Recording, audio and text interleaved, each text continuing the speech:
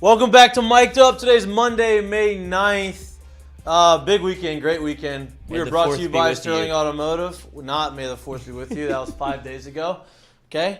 It's May 9th today. We are past the May the 4th. Happy Cinco de Mayo. Happy late Cinco de Mayo. Happy late Mother's Day. Belated Mother's Day to all the mothers out there. Had a great weekend. How was your weekend? Excellent. Thanks to you. Great house call. Thank you. Oh yeah, you got to stay. I appreciate you. My dog's still alive. He still survived. He made it through the weekend. Tried to treat him to death. Thank you. Yeah, you did. You gave him a lot of treats. He was very happy. He's gonna be his favorite person from here on out. But Uncle Floyd did a good job with old Coaster. But he's happy. He's getting a haircut tomorrow. He does not like the water. He hates the water. Can't He's even let him out. He's fallen in before. Oh, that's a little traumatized. Well, he hated it, then fell in, and now he really hates it. In the pool? Yeah. Like if I'm in the pool, he likes to bark. He barks at me. He doesn't want me. He wants me to get out. Yeah, danger. You know? Yeah, he doesn't like it. But it was a good weekend. We had a nice little Mother's Day dinner or Mother's Day lunch for my wife's mom and her grandmother at her grandmother's house, which was great on Sunday. And then Saturday, we had a wedding on Friday night in Lafayette. Saturday, we did a Mother's Day brunch at my mom's house. Very casual, cook, do whatever, and then came back. So it was good. It was nice. It was a nice weekend. I was happy to help. Yeah, I appreciate you. I appreciate you doing that. We had Friday was great. Earl's was awesome. And we came here. We had Hot Art Cool Nights. I got it right. I never get that right. Hot Art Cool Night here.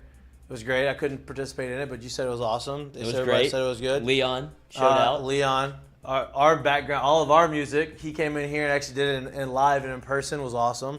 LSU won the weekend series. Took 2 out of 3 from Alabama after a god-awful game on Saturday. Sometimes you have one of those. They've been hot for a long time. They've been playing well for the last few weeks. You have one of those games. What I liked to bet the most was on Sunday they came back and no hangover from that game. Came out and they fucking took it to Alabama. Be a real shame if you could have gotten a line on that. Yeah, no, we have to have a little. I have a conversation with some people that have control over that. I'm gonna see. Yeah, no, we go from getting a boost to not being able to bet on LSU at well, all. we're gonna talk that through. It's because we're taking them to the cleaners. What? Whoa, what? That was on me. That's you? That was me. This thing I was trying to get it up and I messed it up. Rejuve me.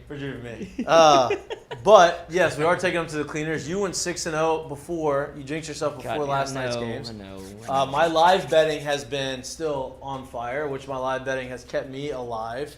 I lost my first live bet. I lost my first live bet in a while yesterday because James Harden decided to become James Harden again. I don't know what the fuck happened. It was bullshit. He came out. They balled out. They won. I lost that bet. The Boston. He's cooking.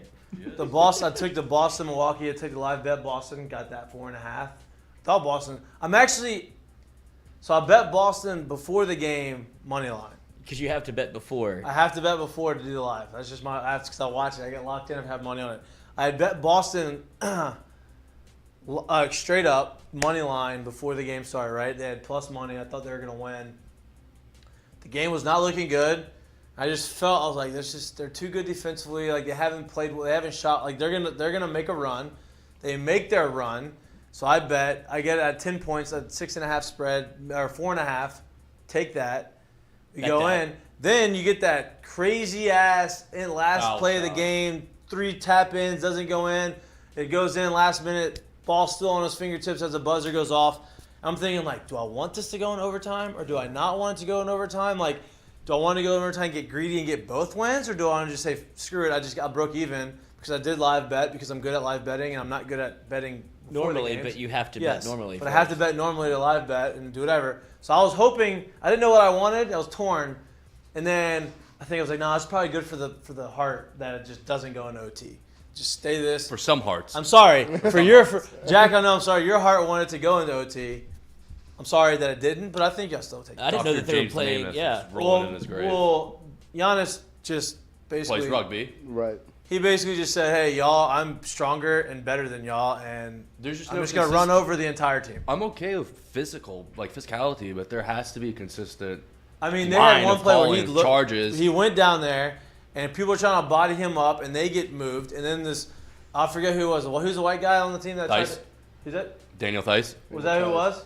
That On the got Celtics. Tim basically Donaghy? thrown off of him. So he goes in, spins. This guy tries to grab the ball from him, and Giannis just basically just shucks him off like a little kid, and then throws it down like this. And power to Giannis. He dropped Can't 42. I mean, You can't stop that. Well, the best part about that last play is the fact that Marcus Smart pulled it off to perfection. Yes, he did. Right off the rim. You can't straight in his shoot it hand. directly off the rim. Right. You got to go off the backboard off the rim because it allows the ball to like Sit a little bit. Yeah, exactly. He per- Like, perfect. straight off the rim is hard. Hello. Straight off the rim is very hard to like get the ball off the Post rim back yoga to. glow. Did you see that? Huh? Post Pilates glow she had. It was just great. Great. Legitimate. Happy Mother's Day. Happy Mother's Day. Yeah, Happy Mother's Day.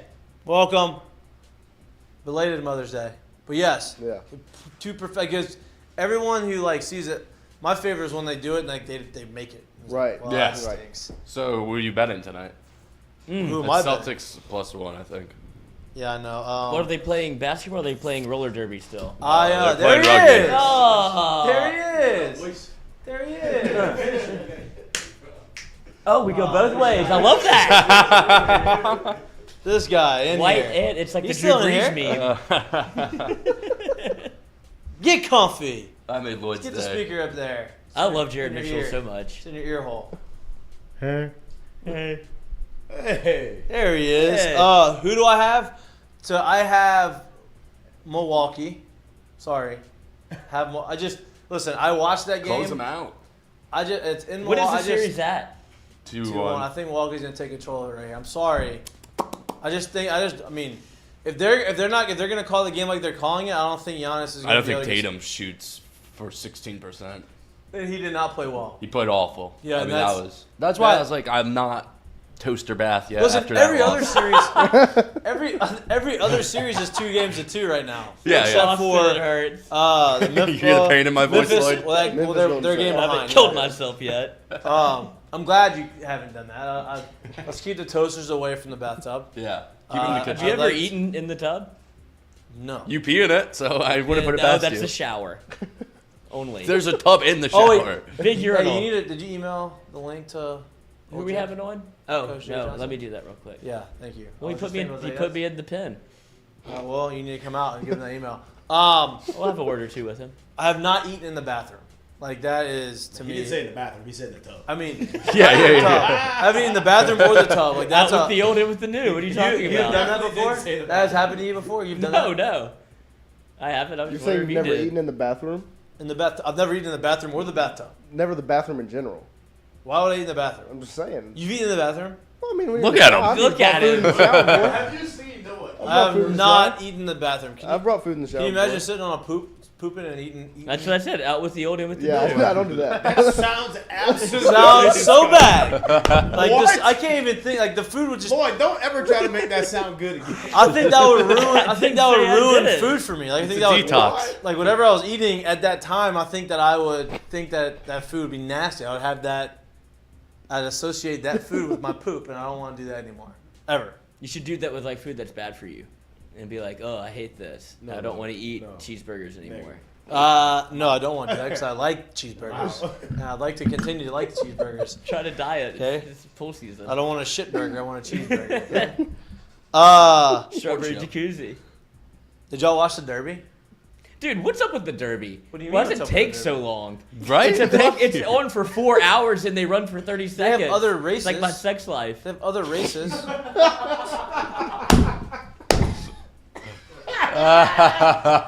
I gotta email Jay. A lot of customers. Hot swinging this morning. Lloyd didn't even wait till overtime today. He's ready. They have other Jay races. Johnson that. It's so but you know what? And we're other all races here are for good the too. One thing. So this is what I was under the impression, right? I'm not an avid. I love going to the horse races. Like I love watching them. I'm not an avid horse racing fan, right? Like I don't know. I feel like it's more of a social event than. Yeah, right. But like, so there's some people Yeah, that they're like. trying to turn it into like it's like the Grammys. No, it's Yeah, awesome. Of sports, yeah. It is It awesome. kind of is. It is. Everybody so. goes. It's the who's who. I mean, you had Drake was there Jack Harlow. and Jack Harlow. Les like, Welker. Like, Wes Welker. Wes Shout out. Welker. Wes Welker. I told I you, think there you was didn't more than believe one me. Wes Welker there. Yeah. But they had like I was under the impression like, hey, the Kentucky Derby is like, okay, these horses are the who's who of horses. Like they are going to be like they're in the prime of their racing career, right? But they're 3-year-olds, so I'm thinking like, okay, they're like this is it. This after 3, like you're not. I was found out before the race that like no, the between 4 and 6 are like the prime racing years of horses, and so like they talk about the Breeders' Cup being like the best, I guess the best horses out there. Now these horses are like still the younger, like just getting ready to race horses, and so I didn't know that. I was not, like I said, I'm not an avid horse person, That's good. and so it's nice to know. Did you bet on it? I did not because Yeah. the Kentucky Derby makes you go through their like the specific. You can't bet on like Caesars or any of sports books. You have to Wait bet till you buy through. I forget what it is, but you had to, I didn't. Coach, But I would have lost. I feel dirty. Mattress Mac bet on it. Yeah, Mattress Matt came out. His horse came out second. I would definitely have lost. So the jockey on no, I'm just joking. There's 2 jockeys from Lafayette that were raced on horses, and then the horse that came out second won the Louisiana Derby, and so he was a favorite. He didn't win. Rich Strike just came out of 80 to nowhere. 1. 80 to 1. That's what I'm beating myself up about, dude. He didn't get into Like, the why not race. sprinkle just a little taste? I'm He over didn't here get- gambling Well, all because, day. he didn't get in the race until like last minute, right? Right, the day of. That's Like my point, the so- guy scratched. He came in. He was bought at auction for $30,000 after the other qualifying race that he came in as an alternate. So the owner bought him for $30,000, and this guy goes ahead. This horse wins the Kentucky Derby, gets $1.86 million as the purse. What are you doing? Plus, all of his sperm gets Call sold, Wes Welker. which is a ton of money. They get this. They sell those vials of sperm for whatever, like $100,000. That's got to be a dirty business, huh? $100,000. Like, You ever been to that's just Mexico? crazy. Oh, God. Imagine that on the resume. What do you What do do you for a do? living? Collect horse sperm. Hey, let me know when he responds to you. I said, Coach, can I come out the pen? The bullpen, or you want to come out the Timeout Timeout. pen. Yeah. timeout pen? I said, hello. He I said, love you. "Coach, what's up, my You said brother?" that? I said, love you, thank you. Did you? Mm-hmm. Okay, Godspeed. good. That's good. I think we have a good relationship. Show you what makes you think that. I don't know yet, but I'm He hoping. puts his son in timeout, maybe. I don't know. Yeah, it's like a father-son thing. It's one way. Y'all It's saw definitely one way. we're getting into all this, but you saw the leak of the opening The game, sperm? Opening game of the Saints next I year. can't It's believe you supposed to be. said that. It's supposed Sperm vials. That's what it is, That's what though. it is. I know. We have to- How else If is he supposed anybody to say knows, it? it's me. How else is he supposed to say it? What would you call it? Donor relations. Well, they sell a ton of it, and they make a ton of money on that. This horse, by winning one race, has allowed their owners to change their entire life. Did you Unless see they them own on other the? horses, Did you but- see them on the podium? Yeah, it was awesome. He was like almost in tears. Yeah, it was He's awesome. like in shock, in utter shock that they won. He should be. I know it's crazy. 80 to 1. He $30,000. Do you think he bet on it himself? He better. I have. hope. God, I guess he won. How come regardless. baseball? How come you can't bet on yourself in a baseball, but you can bet on your own horse to win if you have? How come you can't bet on baseball on Sundays? college baseball? Ugh. I would have hammered the over. That's for sure. But I didn't get to bet it. I was It wasn't so available. ready to bet LSU.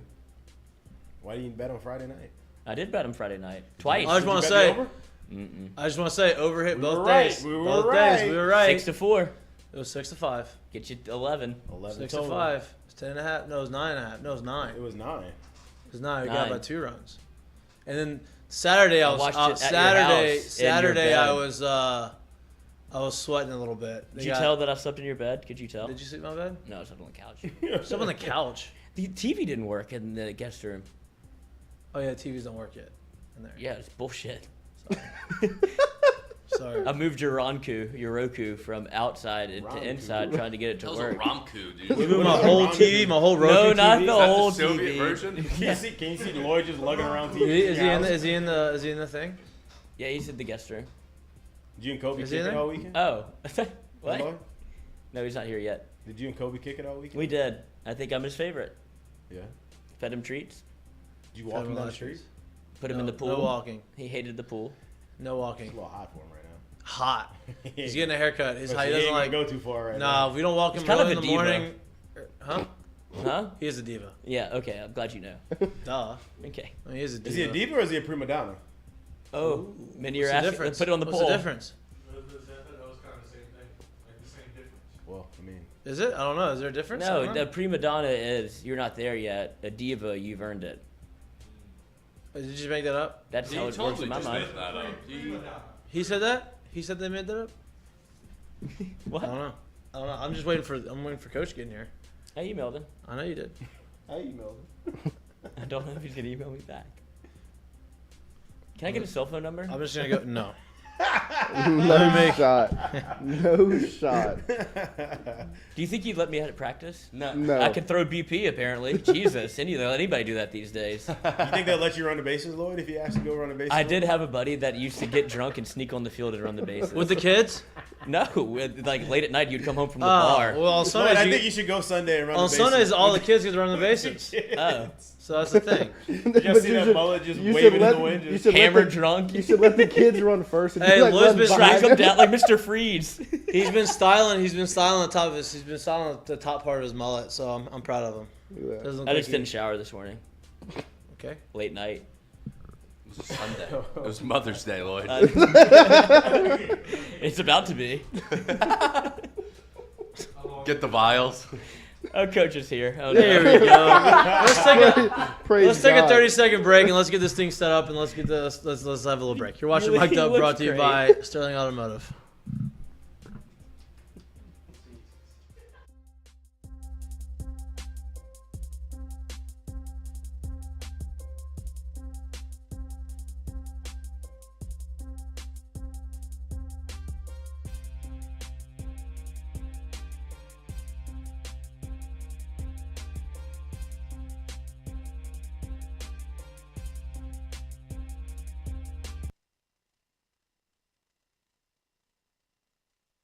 At Rejuvenate, we specialize in medically monitored hormone replacement therapy, giving you the energy you need for all life's challenges. We can help get your day started. 1, 2, 1, 2. We can help with those long work days, and we can even make your nights longer. Rejuvenate. Let us be your age-defying clinic.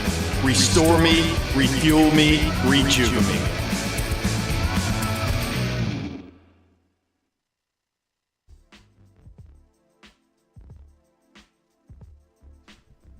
Welcome back to Mik'd Up. Coach Jay Johnson is on video call right now after another successful weekend. Welcome back, Coach. Well, good to have you. Fellas, how you doing? Apologize for my voice. No, look, winner's voice. I love, yeah, that is a winner's voice right there. I love that. Locker room voice. What a weekend! I obviously watched the games. You had a little nut cutter on Friday, 6-5, and then Saturday kind of one of those whatever games. It just kind of happens, and then on Sunday it was nice to see you guys bounce back. What was the message going to the team after Saturday, and then what did you like most seeing how they responded on Sunday? Yeah, I think Saturday we didn't play well. I think you can really chalk it up to that. We walked like 8 guys from the mound. We haven't had too many games like that. We didn't play great defense, obviously. Made 3 errors, and they're a good enough team. They're going to capitalize when you do that, and that's what happened. So chalk it up for that. I mean, really yesterday was all about playing with enthusiasm and making sure it wasn't one of those trap, hey, we're on game 45, 46, road trip, we're tired. Like, your mindset's, the only thing that you can control. And, we had some adversity through the weekend, and I'm really pleased with how our team responded yesterday. Coach, you talked a little bit about the walks on Saturday. Blake Money didn't get out the first inning. I don't think he recorded an out. You spoke a little bit on our show about how his stuff is there. He hasn't been throwing with conviction. You kind of doubled down on that on air, talking about how he wasn't throwing his pitches with conviction. Conviction comes from within inside the athlete. What's your message to him? And is there maybe a change in mind, or is that a conversation that y'all haven't had yet? Yeah, well, we're, as far as the mindset thing, I mean, I think I've said this on the show before. I mean, that's going to be a 365-day deal for us in our program, is always working on mindset. And so he's got the talent. That's not a question. We're going to need him to do well in whatever role he pitches in. You might even see him tomorrow night. We're going to need some innings from some guys tomorrow night with, I think 23 of 27 innings were thrown by the bullpen this weekend. Yeah. So, you'll see him in the game tomorrow night. He's going to have to attack for us. You mentioned the 23 or 27. We've talked about the bullpen a lot, but I think the bullpen has been, one of the bright spots coming into, or we didn't really know coming into the season, but it's been the bright spot for this year of how good they have been, how deep they've been, and how it seems like every weekend somebody steps up, someone different steps up and is able to carry the bullpen. Hasty has been unbelievable over the last 3 weeks. Obviously Gervase and Riley, all these guys have been good all year. I guess talk a little bit more about the bullpen, how good they've been, and how clutch they've been for you over these last 2 months. Yeah, I'm very proud of them. I think looking at the fall and leading into the season, I thought the depth of our staff was the strength. I thought there was a lot of guys that can make a positive contribution. That doesn't mean they have to go 7 innings. I'd love to find somebody that could go 7 innings. It would simplify things, but if we got to go Tampa Bay Rays style for a while, that's what we'll do. I mean, I've had to do it before at Nevada and Arizona, and just because it's LSU, maybe we shouldn't have to do it, but that's what we have to do right now, so that's what we're going to do. And you got a lot of guys, that are doing a great job. I thought this weekend was the best Raiselman has thrown all year. Cooper came in and got us some big outs, kind of stemmed the tide once we took the lead on Friday. Paul closed out Friday, did a great job. There. You mentioned Hasty. We had kind of set that up, that situation up for him earlier in the week. I said, hey, either Saturday or Sunday, we're going to start, somebody, and they're going to go 1 or 2. Then it's your deal for, 3 to 4 as long as you can go. And he was right about at 50 pitches. That's about the most I was comfortable taking him to that point based on what he's done, and did a heck of a job. Coach, you speak about the bullpen, and I really want to ask a question about the bullpen and honestly the staff in general. How do you go about readying the mindset of the entire staff of kind of being able to be ready whenever your number is called? Because I know that's kind of a hard thing to do, especially with guys that come out of the pen and maybe used to being in a certain role or a certain area of the game, and kind of having guys understanding, hey, your number could be called at any point, be ready to go, and getting guys to perform in those situations. Yeah, I think they learned quickly, like, we're not going to do this just how everybody else does it. And I think the opportunity to pitch is ultimately what they want. And they know that I'm going to pitch guys that I trust to come in and compete and have the ability to slow the game down and just execute the pitch. And so I think it's been amazing. I think Coach Kelly's done a great job with them, both physically, helping them develop pitch patterns and pitch sequences and an arsenal that can do something that can help us. And we have some guys with some good stuff, and they're just coming in and continually ready. They're recovering really well. So we're using guys, 2 times a week, and they're doing a great job. So, mindset is what this game's all about. You guys know that as elite players, and that part of our team is really, really strong mentally, and it's showing in their performance. Coach, I've been meaning to ask you this for the last few weeks. You do something that's very unique. No pitcher is safe. There's no count that you haven't taken a guy out of. Is that is that a strategic move, or is that like, hey, I see what's happening, I can't watch this another pitch, I got to go out there and take him out? Or is it, okay, this is mid count, this hitter has a mindset of one thing, I'm going to go out there, I'm going to take him out with a 1-0 count and kind of flip the script on him? It could be both. I mean, really, like, I've taken guys out with 2 strikes to have somebody come in and strike a guy out, when we need a swing and miss. That really hasn't been the case this year. I think you kind of are plotting 2 scenarios in your head of like, hey, maybe we could get this guy through one more hitter, and then he throws a ball that misses a strike zone by 8 feet. Right. And it's like, this ain't it. You know what I mean? Like, let's make the move too early before we make it too late. And I stand by that. I believe that. And that this year, that's usually been the case. It's usually been in like a 1-0 or a 2-0 count. Dylan Cruz had another unbelievable weekend. Yeah, he's no good. He is that home run. I was talking to him. Me and Jared were talking about it yesterday. That home run he hit yesterday. The pitch that was probably a ball inside. There's not. I don't want to say there's probably 4 or 5 people in college baseball now that can hit that pitch out and hit it the way he did it. How special is he, and how much fun is it to be able to coach him? And you have him for a whole another year. Well, I think I told you guys this. If I didn't, I've said it before. Like, I asked Scott Woodward one question in my interview: is that guy a draft eligible sophomore or not? Or am I going to have him for 2 years? You hate the rules for that, Coach. I'm sorry he has to stay one more year. Yeah, no doubt. Yeah, it's pretty awesome. I hope people realize how good he actually is, and I'm telling you, like, in the last 2 weeks, I mean, he has done something that has taken it to a whole nother level. And, he's so good mentally.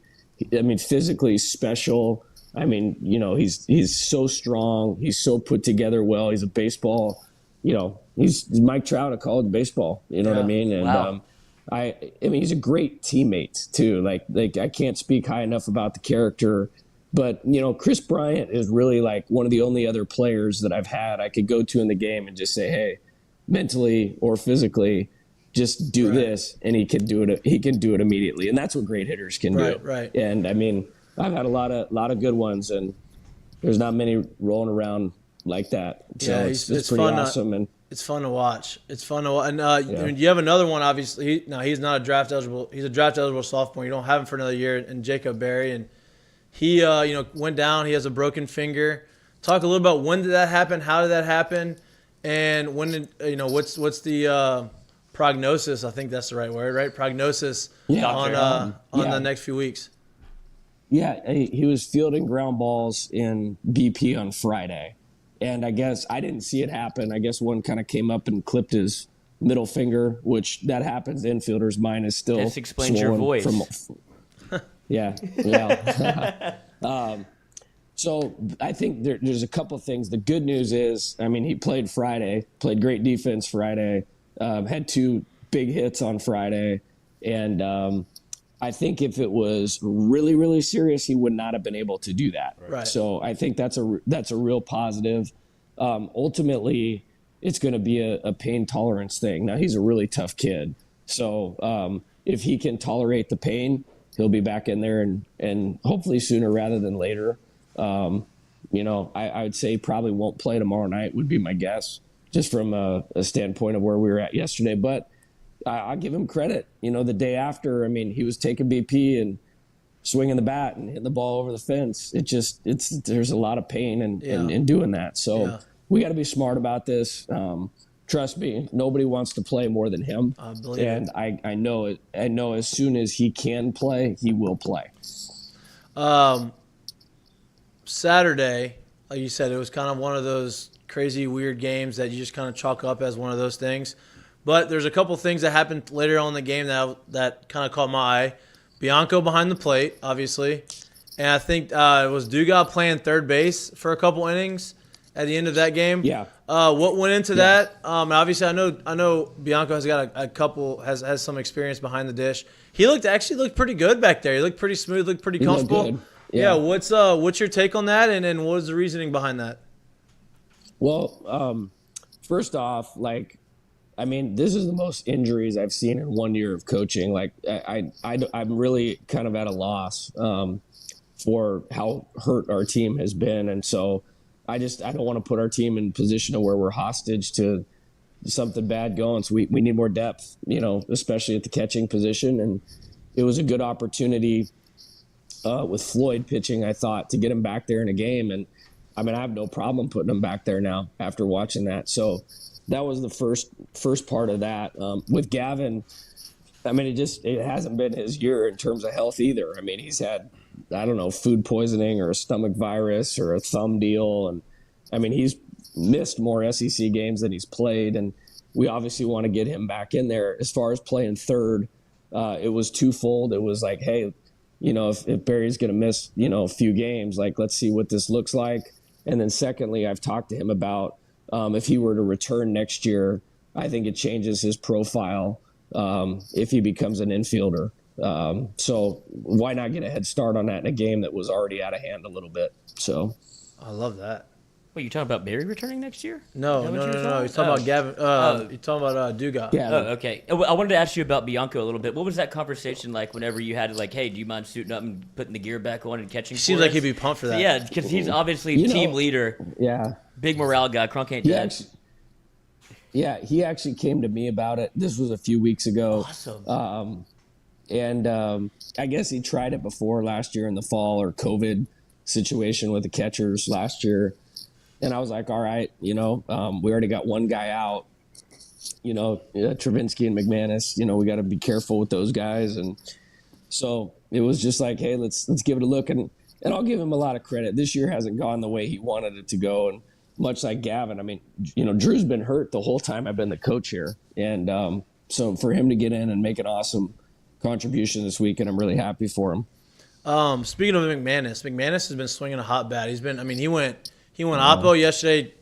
Basically took the guy's glove off, went over the fence, and then he went off the scoreboard. So he's going both. He's going gap to gap. And I feel like he's kind of starting to get hot and figure out, feel comfortable up behind the plate, not necessarily catching, but at the plate hitting. Talk a little bit about him and how important that has been to the bottom of the lineup.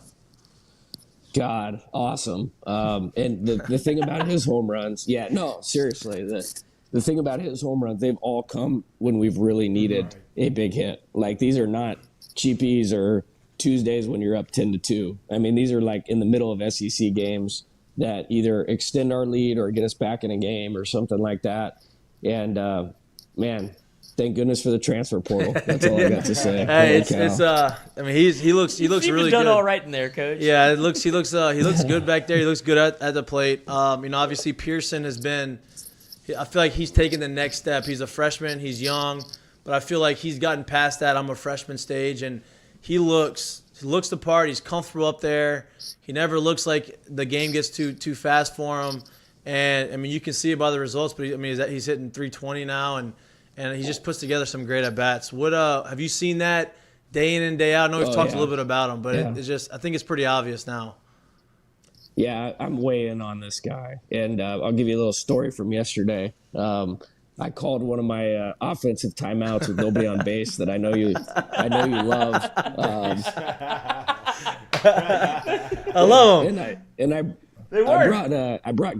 I brought Gavin over and just said, hey, Dylan's 2 hitters away. You guys are 2 good hitters. Like, this inning is not over with 2 outs and nobody on. And the first 2 guys went out on like 5 pitches. Right. And Hasty was, into his 3rd inning of work or something like that. It's like, that dude needs to sit down over there for a minute. So, Gavin, we need a good at bat. And I said, Josh, this guy is going to throw you a 1-0 breaking ball. Okay, you didn't commit to your swing on it the last time, and you popped up to left field. And I said, just keep your chest over the plate, and you are going to hit a home run on a 1-0 hanging curveball. And he hit the ball off the top of the wall. That is awesome. Hey, he's going to listen to everything you have to tell him now. Eye contact after that. He's going to look at you and say, Coach, you can give me any offensive meeting you want after that. And then it was like the only time all weekend Dylan didn't get a hit after that. So. Coach, you have 2 weekends left. You have Ole Miss at home and then Vanderbilt on the road. Both teams, obviously Ole Miss, everybody looks at, the standings. I don't really look too much into that because at one point this season, they're the number 1 team in the country. So they're obviously talented. They're Ole Miss. They don't like LSU. That's the rivalry is obviously there. But it's an SEC weekend at home. What problems does Ole Miss pose, and what would you like to see from the guys leading up into the weekend? Yeah, as far as Ole Miss, great lineup. Not a good lineup, great lineup. Old players. I mean, they actually, like 4 years ago, had the number 1 recruiting class in the country, and all of those guys on the position player side are still there. Like, I don't know how that happened. You know what I mean? And we played them. My team played them in the Super Regionals last year, so very familiar with those guys. They're playing great. They've won their last 2 series, swept this weekend. So I think they're kind of finding their way. I mean, ultimately, we're going to need to pitch and defend really well to stay with them this weekend and take good at-bats and expose maybe some of their pitching. So it's not really any different other than on paper, this is not what it appears to be. Right. This is a team finding their way and fighting for their life, frankly. So I can't wait. When I saw the schedule two things stood out. It made the back-to-back at Mississippi State, at Arkansas, and then finishing with Ole Miss and Vanderbilt. So I think this is going to be charged. We really need some fans out here this weekend. But first things first, we're playing a good team that's in first place again in the Southland tomorrow night. So we got to take care of business. Yeah, sorry, can't overlook. I don't mean to talk and overlook the Second midweek time he's games. done that to you. I know. I need to stop. I need to stop getting to that trap. But we are talking SEC. Y'all are now 14-10 in conference, right? You've put yourself in a position to not only host a regional, but maybe sneak into a super regional host. RPI, I think, is in the top 15 now, if I believe, maybe right at 15. I think y'all are right in a prime position. 4 weeks ago, some people may not have thought that's the case. Have you discussed this with the guys? Have you talked about it with the guys? And have you said, hey, if we keep doing what we've been doing and playing the way we've been playing, you're going to have postseason baseball in Baton Rouge? They all want to do it. I want to do it, but 8 games is an eternity, plus the SEC tournament. Like, it's not as close as it actually seems right now. You know what I mean? So for us, it's, I try to, talking about mindset, only give them what I think they can handle. And frankly, that's about the play and what's in front of us. But let's make no mistake about it. We all want to do it. I mean, we're like 24-6 at home. It's a great home field advantage. We want to play here. We're doing everything we can to play here. But the best thing we can do to do that is to focus on tomorrow night. And tomorrow night matters in regards to what you're talking about. So, Well, I know you want to focus on tomorrow night, but we're fast forward a little bit to Ole Miss. Have you talked to Bianco at all about does he know his dad's signs? Or we get anything from the dugout? Is he relying on old habits? Do you have that conversation at all? Yeah, no, I'm trying to, respect the space on that, and we prepare pretty hard. It's a little different dynamic than really anything I've ever seen or dealt with. But I feel like Drew's been at LSU for like 10 years, and so I feel like this has been going on for a while. I think it's a few years ago he had a home run against Ole Miss and all of that. So I know he wants to win and he wants to contribute, and I'm sure he'd like his dad to do well when they're not playing LSU. So No doubt. I'm not worried about any of that kind of stuff. Right. So, Coach, we got Paul Gervase and we got Riley Cooper coming on to this afternoon, like at noon. Do you have anything you need me to ask them and talk to them about? Give me some background on these two guys. I know Paulie G a little bit, but I don't know Riley at all. So give me a little bit of background. Two dynamic bodies. Yeah, two complete opposite ends of the spectrum there. Well, you can say it. You don't have to be quiet about it. The first thing I'll tell you is it'll be a heck of a lot more interesting than this segment. That's for sure. Both great stories. Paul, started a Division III school and bounced back and has just kind of come into his own, doing a great job for us. Riley, he's kind of always been a stud. His high school numbers are ridiculous. I don't know that he ever lost or, gave up very many runs, that kind of thing. And then it was great for us last year. I think what's been cool about that is if you asked everybody on our team who one of their favorite teammates is, his name would come up a lot. He's got a great personality. One of the things I like about him, and this kind of sounds corny, but he rides on the bus I ride on. I have like the front of the alphabet, and I'll hear him laughing like the whole bus ride. It's so distinct. It's like, Coop's in the middle of something. You know what I mean? So great teammate. Both of them are great pitchers and huge part of the reason why we're having success. Everybody that's come on the show that's part of the team right now has talked about, hey, you need to get Coop on. You need to get Coop on. He's funny. He's a great time. So I'm looking forward to it. Coach, big game tomorrow. I'm gonna try to get out there, get to the box and watch it. I have been trying to get the fans out in the box because Don't listen to him, Coach. He only wants to sit in the suites. He doesn't sit amongst the commoners. That's Like not true. me. I'm there in the every game. That's not true. But I'm trying to get the box filled up because I know how much fun that is. And like I said, the weather's warming up. I think people are going to come out there a lot more. But good luck tomorrow. Good luck this weekend. We'll be watching, and we'll talk to you next week. Awesome. Thanks, guys. Thanks, Coach. Appreciate it. You did good. You make him laugh. I think we got a good rapport.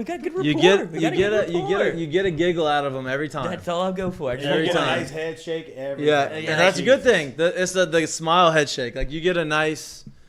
You gave two dynamic bodies, and you gave him the giggle. That did it for him. That I was tickled him running a out of little time too. I had to get one in there. bit. I know you tried. You forced one a little earlier. I did. Well, I wasn't paying attention. He actually rolled his eyes. Yeah, you forced one a little earlier. That I was the like, first time coming on again. He's like, Right. oh, here he is again. He's still here. Yeah, what was it? It was we were in the middle of something. I don't forget what you said. I was like, and I felt like you felt it, like I forced 0 for 1. I Yeah. forced that one. Then you came back with a vengeance and got one. That'd be great. Yeah, the other one came in nice and smooth. I'll text him off air. Hey, maybe Blake Money throws tomorrow. Whoa. No, he basically said. He basically said, hey, he should. He's thrown 6 innings, last 6 starts. I was about to say, 12 which pitches would last make game. sense because What's we that? didn't get Threw out like 12 pitches last game. Yeah, 12 pitches. That's what I'm saying. Yeah. You got to that arm pitch. has to be used. You have to pitch. Hard. Like you have to. It has to happen. And if if he throws tomorrow, he'll be available on Sunday. Right. Damn, I hope Caesars isn't listening. He didn't say. They're I would listening. imagine he's not. Southeastern's good though. I know, but that Southeastern's moves the good. line if you have your once Friday night guy now pitching in the midweek. It's Mikael Hilliard Yeah, but reversed. I don't think he's starting. I think he's gonna come. Yeah. I don't know. He said he's gonna throw tomorrow, but he did not basically Call him say again. his Call him back. intentions. Ask him. I finally got into the count. I've been asking for 3 weeks. I keep forgetting to ask him about what goes into taking a guy out. Well, we were texting yesterday about. And I that. knew Like, it. I love knew this- it was a yeah. strategy thing for him. I was like, there's no way he just sees it and sometimes he's like, yeah, guy loses it and it's end of his time. He doesn't have it. I can tell after that one pitch. I take him out. But sometimes he says, I've had guys go 0-2 and take him out and put another guy in and strike him out. Well, and you saw it yesterday. You saw him go. What? They're up 3-0. Pulls the pitcher in the. Well, we talked bottom about that. one. We talked Yeah. about that. We talked about I thought he prematurely took out. Was it Dutton? Mm-hmm. Yeah, Dutton, because Dutton he got out the first inning, gave up. He got hit hard, He got laced. but he had 2 of them were outs, right? Like I understand sometimes that just happens, and then sometimes you get settled in, and you get past that, right? And I thought that he should let him stay. He was going to let him stay in to extend the game because the bullpen had thrown a ton. He didn't. Puts Hasty, but I guess he knew that he had Hasty to come in. He knew that he was prepared for that. And Hasty came out and was nails for 4 innings and extended the game. And obviously, he didn't need the big dogs anyway, but they Great were win. there. Great win. It was. You knew it. He's pushing all the right buttons right now. Well, he's coaching well. I mean, Yeah. he is managing the bullpen well. I mean, he's got a short leash on guys. It's fair to say they're ascending at this point in the season. Ascending. Why does this happen to you all the time? Like, I told you all it feel it? happens. Yeah, Yes. just the weather. That's it. Where listen to me. And No. in minor league baseball, Major League Baseball, you have a season that's 142, 162 games, and you have 500 plus at bats.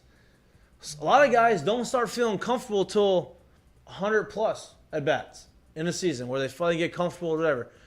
You have a 56 game season. You probably have 190 at bats before the postseason. So right now is about the time where guys are starting to feel comfortable again and start to get the groove. Like it's not like they have finally had time to kind of go through ups and downs, like get hot a little bit, get cold a little bit, and kind of figure it out. And then you go through, and now it's still technically early in baseball terms as far as at bats. Like you still look at these guys' numbers, and guys are getting hits, and their averages are going up 2 or 3 points a time, 4 points a time. Like that tells me hey, you still have at bats. Like you still you're everything's fluctuating because you still have time. With that being said, too, I also do think this is a point in the year where when you come to a school like this, the year starts however it goes, whether it's great, decent, however it starts, and then you kind of get to a point where people start to figure out their roles, know what's expected of them, weather kind of gets the game start to mean a little bit more. It starts to, it starts to mean a little bit more to you at this point. You start to smell what's possibility cooking. there. Yeah, so Couple things cooking. I think a little bit of that kind of. It's just you feel like the beginning of the season is such a long year, and the weather's cold, and you're still trying to get a feel for it. And then as it goes on, you go through whatever, and then you get towards the end of the year and you see the light at the end of the tunnel. You're like, okay, hey, postseason baseball is right here. Okay, now the season's ending. Like you start to see like the numbers start to take form. It's like, okay, it just kind of gives you this like little bit of juice. And then once you get to postseason, that is like all the juice, all the juice. Like you get to postseason, you don't have your numbers don't matter anymore. Now it's about winning, and that's the one that's fun. I mean, it's always about winning, but like really, when you get to postseason, it's really about winning. Yeah, you have to, or you go home. Are you starting to feel a little bit of the opposite with Tennessee? It seems like they're kind of you caught it last week, running out of steam. They lost two. You They see lost Tony 2 throw the 3. ball, throw the bat back. Dude. Just telling you. I'm over his act. I think things are really. I can easily see them getting out of a regional and a super there. I just don't see them Winning it all. Hey, overcoming obstacles once they leave. I will say this: I'll just say that. supers are not easy. Like just because Coastal you're Carolina's hosting, calling. just because you're Coastal Carolina. Exactly. Well, just because you're hosting does not mean you're going to win, right? If you haven't been in that situation and you haven't felt some adversity, God forbid you go out there and you lose the first one of the super and you got to go and win 2 and 3. Like that is hard. It doesn't seem like they're going to handle it well if that's That what the shit's case. hard. Yeah, I mean you have to have. It's supers is a different beast, man. Yeah, it's It just feels like they're finally hitting a little bit of adversity and they're not handling it the way they're handling it like their head coach is handling it. Like throwing the coach being the one to throw the bat back is wild. yeah. That's the second time he's done shit like that. He launched that thing too. Oh yeah, did he play? I don't know. I don't know. Because he certainly acts like it, I would assume we could probably find that out. and I like him. Hey, how about Jay? What I like about Jay is he is very aware of. With the LSU. Well, no. He's aware of like his coaching styles, but he's also doesn't get offended if someone doesn't agree, right? So he called me out on me not liking the meetings, but like laughed it off. Like that's a sign of like Self-awareness. Very self-aware, which I respect. Like Savvy He's soldier. comfortable in why he does it, Yes. and he understands why people are like, man, what the yeah, hell and is and he gave me a story. I'm like, hey. If that happens and I hit a ball off the top of the wall on something you told me on a meeting, which you can give me a meeting anytime you want. Look, I'll be completely honest too. Like, you don't see that stuff happen in pro ball is because you're expected to kind of like Big dogs are here. you're Watch almost your kinda head, expected to watch think your of that head. yourself, right? Right. And he's able to give Oh, that what a to legend. kids at a younger One age, second. which is great. No doubt. He's very self-aware. We'll ask the boys how self-aware he is because Coop got him from two. He got him at home here or at LSU and from Arizona. So I wonder if he's changed his personality just because he came here. Who, Coop? No, Oh, Jay. Jay? No, I doubt it. I doubt it. Vitello played at Missouri. He didn't play much, but Oh, he was a player. wow. He was a bench guy. Keep taking shots at him. So that tells me that Vitello was the guy who talked shit on the Right, bench. right, He's right, not really used to Didn't winning. really play much. Now Wait, he's still wait. talking shit. So he's not really used to winning. This He's is not his first used to time too. winning. So he's a crumbling guy right now. He's gonna crumble. They're gonna crumble like a Alright, fucking. God, I have a future on him. That's okay. All I have a right. future on LSU too. Don't worry. We're gonna take a little break. The boys are in. They're gonna come sit in the studio. You're watching Mik'dUp, brought to you by Which boys are Sterling in? Automotive. Which boys? Our boys. Paulie G and And Riley Cooper. let's go.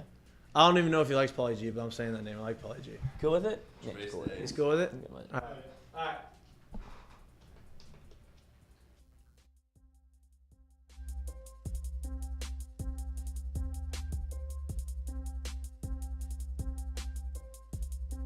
Mik'dUp is brought to you by Law Offices of Lance Beal. Call them today, 337-991-6263. They know what it takes to win. Their practice areas include personal injury, small business, family law, estate planning, with an emphasis in construction law. Your choice for reliable representation. 337-991-6263.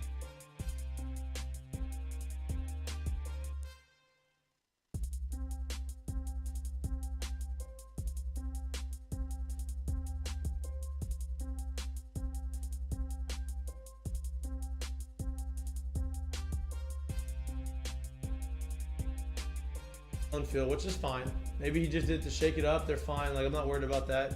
But what he did do is he allowed Josh Pearson, who's a freshman, he gave him a couple starts and he took advantage. He had 2 homers on Sunday. He had some big hits on Saturday. And we have 2 young guys in Stevenson and Pearson who I think are going to be very, very, very good in the outfield.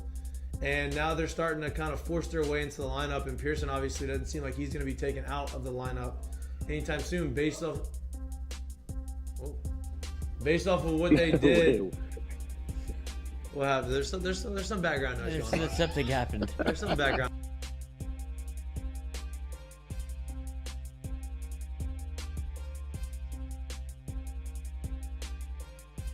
For us, like when Ohtani was still in Japan, and everybody was on it, right? Like every organization that could afford him or wanted to spend the money. Because he's was in on it. young. Usually in Japan, like, those guys come over older. Same with Cuba. Yeah, so you were getting a really good deal on him. Yeah, right. So everybody was in on him, and so our advanced scout guy was like, I'm like, dude, tell me about him. You know, he goes, well, I'll put it to you this way. He goes, if he came and played for us, this was when I was in Houston, he would be our fastest runner. He's faster than Altuve. He throws harder than Verlander, and he has more power than George. And I was just like, what? He goes, yeah, like that's who he is. And I was like, no way.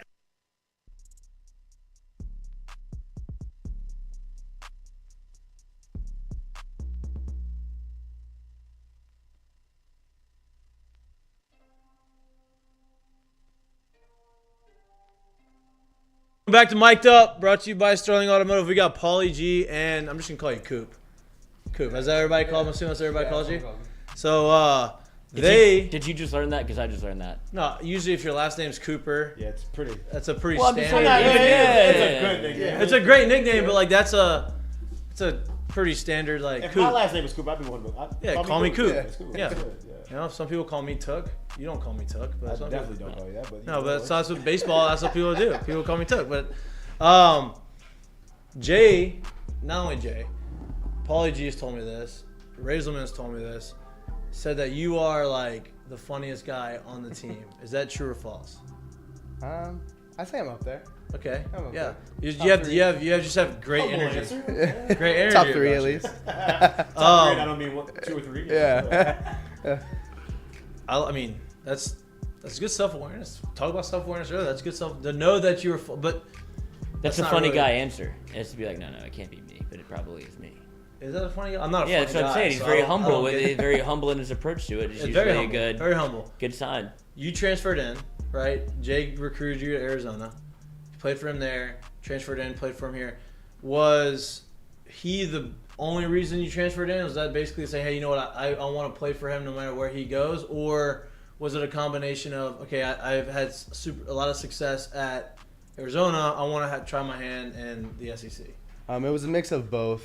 It was just Jay was a big reason for it, but also JK was a big reason for me coming too because he's a lot like me, and we're just similar. And on my visit, I really liked him, and even at Washington, he recruited me. I was about to say, did you have any experience with him before? Yeah, he when I was just in the whole recruiting process, he recruited me Washington, but Washington just wasn't the spot I wanted to go. Right. But I really liked him.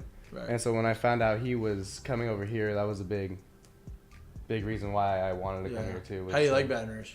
I like it a lot. It's a lot different than Arizona. Yeah, it is a lot different. But Are you from Arizona? Are you from like no, that? I'm from Fresno, California. Okay. Yeah, okay. so- Nice. Yeah. So you're a Did you visit Arizona State? Car Yeah, fan? I did. I bet you did. You're a Derek. You're a Derek. It was a great time anyway. Let's be honest with you. Are you a Derek Carr fan? Yeah. You went to Fresno, right? Yeah. Him and Devontae. Huh? So the boys are now together in Vegas. So you're Vegas. Does that make you a Las Vegas Raiders fan? I definitely watch him. I wouldn't say I'm a fan. Are you a fan of any teams? Football? I grew up a Niners fan, but Okay. Oh, that's Northern Cal, I guess. Yeah. No Cal, that works. Talk to me a little bit about this for both of y'all, really. The bullpen, especially last weekend. A lot of people have talked a lot about the bullpen, how good it's been, how much of a surprise it's been. Going into the year, everybody talked about how deep the pitching staff was going to be, especially in the bullpen, but they didn't really know because nobody's really stepped up. They didn't really know how you were going to come here and be. They didn't really know what you were going to look like. There's a lot of questions. They had talent. There's a lot of questions. But the bullpen, for me, has been one of the biggest strengths of the team. And y'all have thrown a ton of innings. That you've had to carry the pitching staff. This past weekend, y'all had to throw a ton of innings and carry basically the entire staff. What goes into that? What goes into the mindset of that? And, it seems like that's something that y'all are embracing. Yeah, it's really just next man up for real because we have had pretty much Mikhail's been consistent in SEC play, but it's pretty much been a bullpen game after that. So we just pass the ball off to the next guy and coach is going to put the right guys in the right spots in order to get the guys out. So No doubt. What about you? You feel the same way? Because y'all's roles are a little bit different, right? Like he'll put you in, and I think I've seen you come in mid-count this year. I asked him about it. It's a strategy thing for him. I didn't know if that was like, oh, I see this guy, I can't watch this guy throw another pitch, or if it's like, oh no, I'm gonna fuck a little bit with the hitter, bring this guy in, do whatever. He throws, you come in mid-count, and then you'll go 3-4 innings. And you come in usually an inning or two, maybe max was the max you've thrown. But you're kind of like the de facto. I don't want to say there's no closer, but you're basically the closer, right? Like, yeah. Like you're like the guy who has the ball at the end of the game is the closer. Whether they want to be called the closer or not, you're the closer. You close the game on Friday. You're the closer. Do y'all embrace that? Is that something that y'all enjoy doing? Is it fun? Yeah, it's pretty fun, but it's pretty taxing. Yeah, on the arm. Yeah, we're just always sore. But hey, if you're a pitcher, you're not sore. You're doing something wrong. I think we talk about this all the time. I'm like, dude, I could never be a pitcher. I don't ever want to throw that hard on a daily basis. Ever. It seems awful. I don't like to throw. It's rough. Like, my arm hurts in the outfield. I can't imagine throwing 100 pitches. Well, and he calls you. We can't even get through a first inning. He's like to the pin. You're like, ooh, time to get boys get loose. So what is the thought on that on Saturday? Right, you have starter in there. You expect the starter to at least go 5. You would hope, and then the starter goes in there. He doesn't record an out. He gets taken out after 15 pitches, and now you're like, oh boy, we had a bullpen, basically a half of a bullpen day on Friday, and now we have an entire bullpen day on Saturday. What's the mindset that goes into the pitching staff? Is like, okay, we got to figure this shit out. Well, right there, we just needed someone to get in there and get people out, eat innings, basically, because obviously it would have been tough to piece together 7 more guys on Saturday. And Grant, give him credit, him and Ty really saved the bullpen on Saturday. They both went 4 innings. Grant had a little bit of trouble with his command early, but I thought he figured it out later. And then I thought Ty looked really good. He looked great. Finishing the game out. That was really good to see. Jay said that don't be surprised if we see Blake throw tomorrow. You know, which obviously, I'm not making fun of it, but over the last 3 games that you've pitched, like at some point as a pitcher, you have to throw. Yeah. You have to throw to get some innings on the arm. Yeah. You know, like he didn't get through an inning, like. So that doesn't surprise me, but to me, that makes me feel like the Saturday rotation spot is going to be open for this weekend. There's a lot of guys. Dutton has been throwing very well. Like you mentioned a couple of the guys. Who's somebody that you wouldn't be surprised or shocked if they took over that Saturday role for at least for this weekend? I mean, Hasty. Hasty was incredible. You think him starting? I mean, I could see. I like him out the pen. I mean, that's another lefty out the pen too, right? There's so many different guys. Yeah, he could just sleeper. I think is the other transfer, Bryce Collins. Yeah. I see him. Going in there on Saturday. He's the glasses, right? Yeah. He's the glasses. It's so funny. Like we're throwing out all these names. For y'all, how cool has it been? Because that's not a normal thing in baseball, and it's definitely not a normal thing in college baseball. How cool has it been basically being like, hey, whoever gets the ball has probably got a good chance to go out there and succeed, and it's not literally like 3 or 4 guys just sitting at the back end of the bullpen waiting to get the ball just given to them by the starters. Like, it's pretty much been all of y'all. How cool has that been knowing that whoever gets their number called right now, like, is probably going to go out there and get the job done? It is pretty cool because in the beginning it was all talk about how our hitters are going to carry the team and stuff. So now every pitcher coming in is being successful is pretty sweet and a big pride thing for us. I mean, y'all have been the surprise of the season, I would say. Before the year, like you said, it was a lot of the offense is going to carry. The bullpen was the question mark, and now it's been absolutely flipped. Like, offense has obviously been good. You see what they can do whenever they're playing right. But you boys have been the absolute stalwarts of the baseball team, and you talked about it a little bit, like pin dogs. You wanted that like mentality going in, and it feels like it's carried over through the year, and it's the perfect time for y'all to get absolutely scorching. Yeah. Are y'all all real close? Like, is the bullpen close? Like, y'all hang out on the road trips and like do stuff together, like at home, away, like y'all roommates? Like, how does that?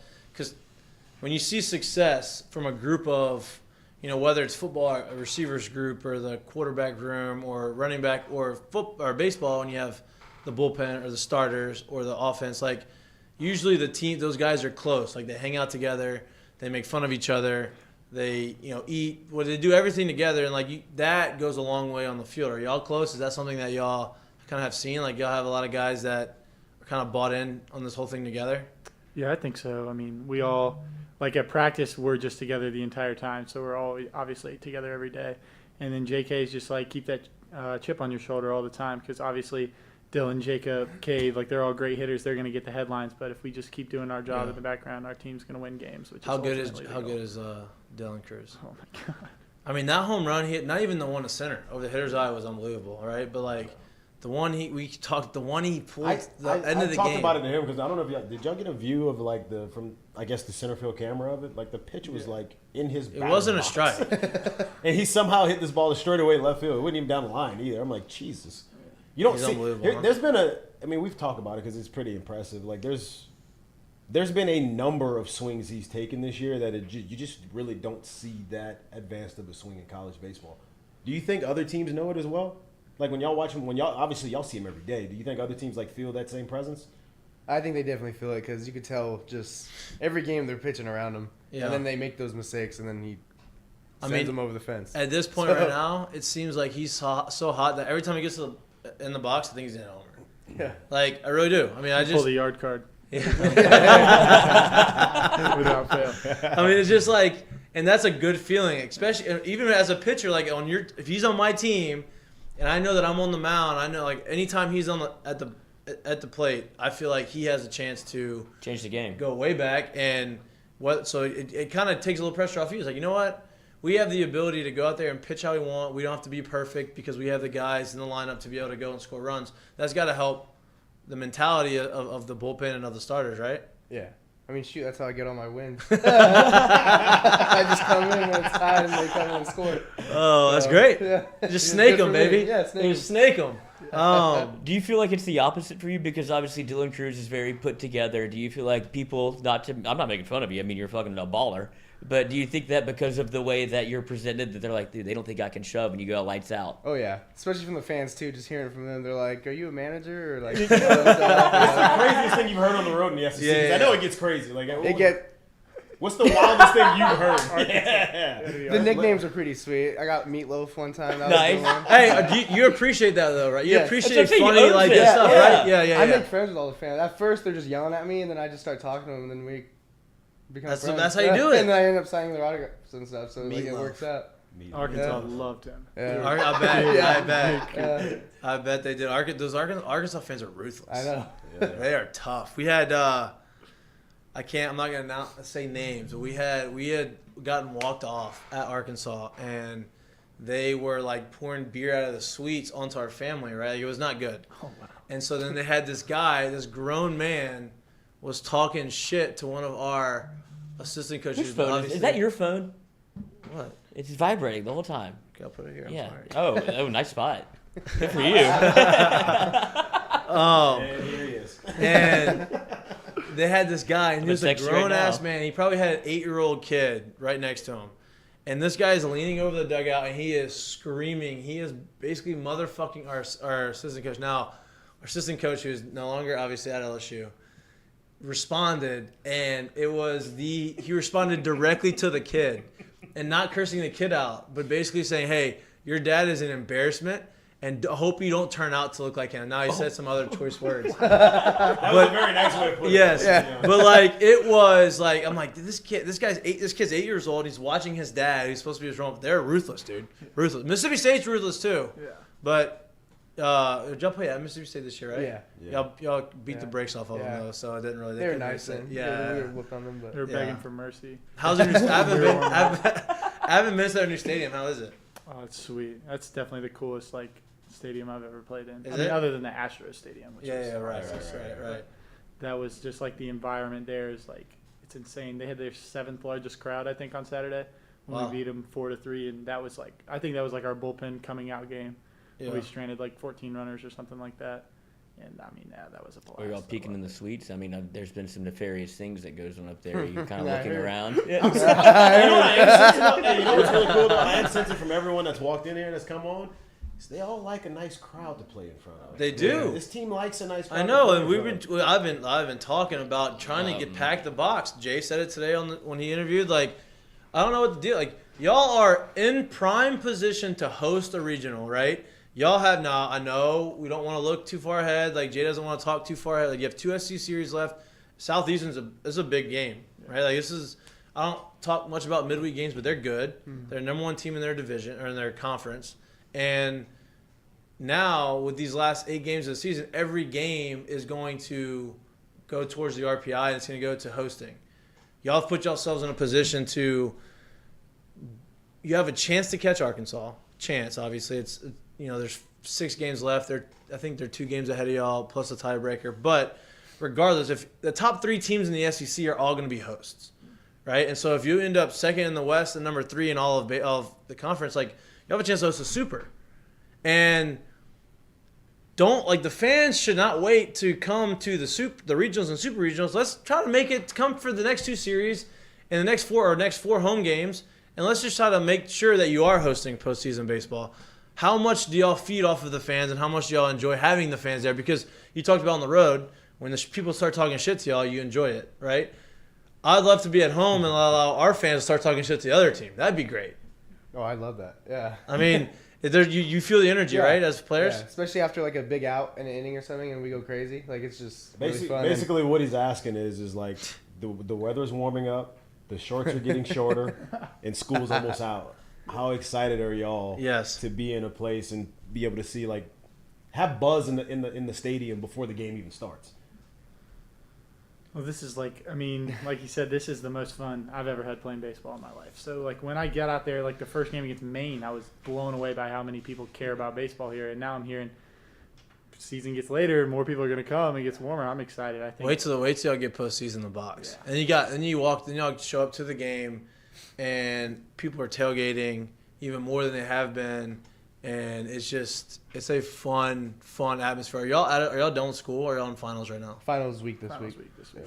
Then it's, as I said, school's almost once y'all are done with school, that's great. Like that is the fun times. That's when y'all don't have any other responsibility other than playing baseball. So that's a good moment. What was something that, and we kind of talked a little bit about last interview that we had, but coming in, what was something that you were looking forward to? Like, what did you, I guess, set your expectations at? And has playing here in Alex Box exceeded, underperformed, overperformed, or right at your expectations of, like, what you were anticipating playing baseball here? I'd say it's right at the expectation right now. Just I've heard about the crazy crowds and all that stuff, and I wanted that, and I got it, and I really enjoyed it, and it's been a good time here. But, Real quick. Yeah, I muted myself. I thought Jay Johnson was coming. What was, actually, speaking of Coach, what was the reason that you felt like obviously you followed him here, Jacob Berry followed him here. What was his kind of message to you to make you want to, was it more him selling LSU or more him selling himself and what he can do with the program? Not to be serious. You're stupid. What? What? He sent me a text message, hey, hello, it's me, can you feel me? Because I put the phone in my friggin'. That's what he was doing over there. Yes. No, back. Sorry, go ahead. It was a little bit of both. Where's your phone? What's your number? No. Get out of here. It was a little bit of both. He basically just. So you lost his train of thought. That's your fault. He's wearing a Sublime shirt. What do you think That's happened? your fault. But he was just talking about how the people we have and basically wanting to win a national championship as always. But I really think we can, and that was a big reason why I wanted to come over. And who doesn't want to win a national championship? So no doubt. And who? Well, I guess you're in Arizona, so the weather's great there too. So it's a little different hot over there than it is here. Yeah, they both. They both suck. Would you rather the dry heat or humidity? I don't know, man. Like neither. So you want to be in San Diego? Like, that's where you want to be in San Diego. Yeah. You want to be in cool breeze. Fresno gets hot. Yeah, that and sucks cold. too. And cold, right? Decently cold. No, because doesn't NorCal get kind of colder? Well, it's Central California. It's right in the I guess Fresno in the is freaking Central. valley. Yeah, that shows you how much. Oh yeah. Yeah. The heat funnels in there. Yeah. Get no signal entourage. Yeah. There we go. Has Jay changed his personality at all, or is he the same guy that he was at Arizona as he is here? Like, has he adjusted anything? Has there been maybe not necessarily personality, but the way he manages a baseball game? Has anything changed as far as like how he was at Arizona now? He's the same dude, like 5-hour games and long long games and long loves the pitchers meetings. Hey, and- because he knows I don't like the hitters meetings. I've told him that I'm like, hey, I don't. I don't think you told him. I think he was No, just I listening. told him. I said, Yeah, I think no, he I just told him. I found said when out. I was a hitter, like when I'm on deck, like I have my mentality. Like I don't. And so he knows it, and he like made a joke about it today. That he, had a hitters meeting, but he likes to have that. He likes to go out there. He likes to have his. I feel like he likes to touch everything, right? Like he goes up there. He has the meetings with the pitchers before, not just when he makes the pitching change, right? Like he likes to do that. Which, do y'all like that, or would you rather talk to pitching coach when he comes to meet with you, or would you? I'm not gonna get you in trouble. But, like some guys like, hey, I want to talk to the pitching coach who's like, is with me, or they like to talk to the FA and let him make the decision. I don't really have a preference. They both pretty much, hey, slow the game down, take a deep breath, relax, compete, go after Throw the next harder. hitter. Like, Does he say anything? Does he ever come there and say anything funny and make you laugh, or is he always super intense? Grant Taylor said when he went out there to visit him, I think it was either the first or the second inning on Saturday, he said, I'm not taking you out of this game. So you're just going to have to figure it out. That's good. Because it has to feel that way every time he comes out, right? We're Yeah. like, oh, he's giving me the yank. Like, he's got the leash on me. Well, But usually when the sometimes- manager yeah. goes out, they're making Yeah. a change, but Well, he doesn't but do he that. plays it so like close to the vest, like he goes out there, he acts like he's talking to him, and he's like, oh, and by the way, you're fucking yanked. He He does. gives you the hook. Yeah. So he doesn't tell you already when he gets there, like, hey, I'm taking you out, but we need to have this conversation, so like give the guy more time. He doesn't tell you until the last minute. Is that, or He'll does just he? be like, what do you got? And No, he tells me right away. He's like, his famous line. He's like, yeah, we're gonna go to Paul, but you're a big boy. You're going the next 2 games. He's like, so he tells you. he's like, your body's meant for it. You have a choice, buddy. Yeah. He's like, we need you for the next 2 games. I'm like, okay. Okay, cool. Whatever you need, coach. I'm doing it. Can we get his pants? Can we change his pants? Dude, I do the same thing. I mean, those things are parachute pants, right? They're sweatpants. What's wrong with that, dude? He's So got y'all had He's this comfortable. conversation. Yeah, but they're sweatpants. But like they're jogger sweatpants that are too baggy. Yeah, what's wrong with that? he's got the stirrups going, too. Yeah, he Now, does. You can see. Oh, yeah. Should he go pants up? No. no, it's definitely not doing that. No. The long pants. He probably needs the long pants. Why do you say that? His dick's so big. That's definitely not why I was saying that. I mean, Jesus. So back on That to was the topic. aggressive. Anyways, I mean, Oh, some people? because I'm not even gonna entertain that right now. You're You want the unbelievable. pants to be text down him too? because I guess unbelievable. You're unbelievable. You're unbelievable. You're unbelievable. Hey, No. Sunday. I got a question for y'all. Since y'all, we talked about the heat here. Neither one of y'all are Louisiana natives. What is it? What's been like the biggest change for y'all coming here outside of like maybe the weather a little bit? Like what's different? Culture shock, something that you like, something that you're not used to. What's been different food. for you here? The food. What's been different for you here? For me, the biggest thing is how much everyone cares about LSU. Because like back home, we have North Carolina, NC State, ECU. Like they have fan bases, but it's nothing like this. Right. Like, this is insane. Right. Yeah. Like NC State went to the College World Series and last year, and I don't think. I mean, They there got was screwed. buzz. They got screwed. Yeah, they last did. year. My buddy was going to be the starting pitcher of that third game. When I they can't. got They should have won. They would have won it. I think they would have won it. too. I agree. Yeah, I feel bad for those guys, but no, it's like they went to the College World Series and there was a little bit of buzz, but nothing like here. Like we'll be playing a midweek game and there's more people than. Hey, I'll say this: when y'all make it to Omaha, when you get there, you think there's buzz here. All of the fans up there in Nebraska are fans of LSU. So like, you'll have the entire. It's gonna be. You think there's a lot of buzz here? Wait till you make it there. There's a ton of buzz up there. Yeah. What about you? What's the biggest thing? Like, what was the biggest adjustment you had to make moving from Arizona to Louisiana? I was gonna get there. I was gonna get there. First, how much green there is. Oh, great, yeah. I was at a desert, but Not that green. Oh. Jesus. I just knew he was I know. gonna do it too. Promo code 2001. Jesus. that was my fault. A hanger, coach. Yeah, but then, what he said, basically just how Yeah. much everyone cares, and it's crazy how much the football games were crazy. 'Cause, Right. Like Arizona, they won They- their first game in like 4 years. Stinky. Yeah, it's stinky. Yeah, but here it was pretty crazy, the tailgates. and Are stuff. are y'all football fans? Like, do y'all like football? Like, as like a just why? Some people, a lot of baseball players I play with just don't like football. Which I don't. I mean, I grew up football. I don't know how you don't like football, but down here you have to. Yeah. Like, you're a football fan. Are you You a said football don't fan? like it. It's just- I've seen a lot of guys just like don't really care. Yeah, no interest in it. Yeah, right. yeah. Which is okay. I love it. I like it he more loves since it. I came here. Yeah. Yeah. I always play fantasy football with my buddies. Like, Who's your team? You have a team that you like that you're a fan of? Or well, is the it Panthers always sucked growing up, so Good. That's okay. You can. I'm a we don't- Patriots fan. I was 7 years Okay. old. They were 12-0, and I was like, I'm Yeah. a Patriots fan. There you go. Him and I saw a Panthers game. Oh, is last that the year. year that We did. They lost beat the the Super shit Bowl? out of the friggin'. New York Giants. Yeah. So me and Tough year. Randy let me Moss. tell you how minor league baseball is. How great, Tom Brady. how locked in we were last year. Me and him. So I was in AAA in Charlotte, and the Saints played they're playing against the Panthers, right? It's like the 12 o'clock start, right? Yeah. 12 o'clock start, third weekend, or 1 o'clock starts Eastern time. Yeah.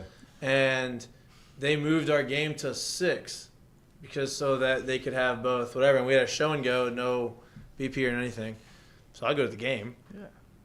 On game day that I'm playing. So we go, me and Jared go, and we had a couple drinks at the game. It just so worked out that they were at home and we were playing in Gastonia. Yeah. So like we were right down the street from. So we were like, I'm going to this game. I don't So care my brother-in-law, my bud, they're all in town for like the weekend. Like, hey, let's go to the game. Had a few drinks. First at bat, homer, no big deal. No big deal. I came back. I showed up into the locker room, and like the Saints, they're losing. They played terrible.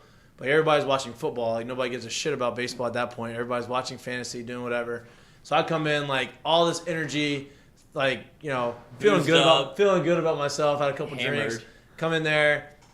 Everybody's looking at me like, hey, bro, you going to be good for the game? I'm like, I'm great. First at bat homer. And everybody's like, I need to start fucking drinking. That's what I need to start drinking before the game, man, if that's the case. But yeah, man, it's a fun, like, That's football awesome. here is like it's a whole different animal than other places. Did y'all grow up fans of baseball? Or did baseball, like being good at baseball end up turning you into a baseball fan? Or did y'all grow up watching and wanting to emulate somebody or anything like that? Oh, I told you I grew up a Beck. Tigers fan. My dad's from Detroit, so that's how I figure out I didn't even know you played at LSU. I just knew you from the Detroit Tigers. That's fucking unbelievable. But Love that. the first game, You like see I me watched, knock Yeah, a home but- run over the fence? yeah, I did. Yes, I actually did. I cussed you out when you did. Fucking Mahtook. My ages 10 through 14, I was biggest Tigers fan in the world. I watched every game. Those were fun years. But 2006 ALCS, Yep. Maglio Ordonez walk-off home run was the Yep. first game I ever watched Wow. Fun fact: this dude, like every World Series winner, like ever, from every year. like every quiz. Oh. Like right now. Like You you can just quiz rattle them all. Yeah. From So if I just- every guess a year. From If how I- long? if I ask you- 1986. Most of the years. 1994. There was no World Series. in that. God, I was trying. that was? Yeah. 2012.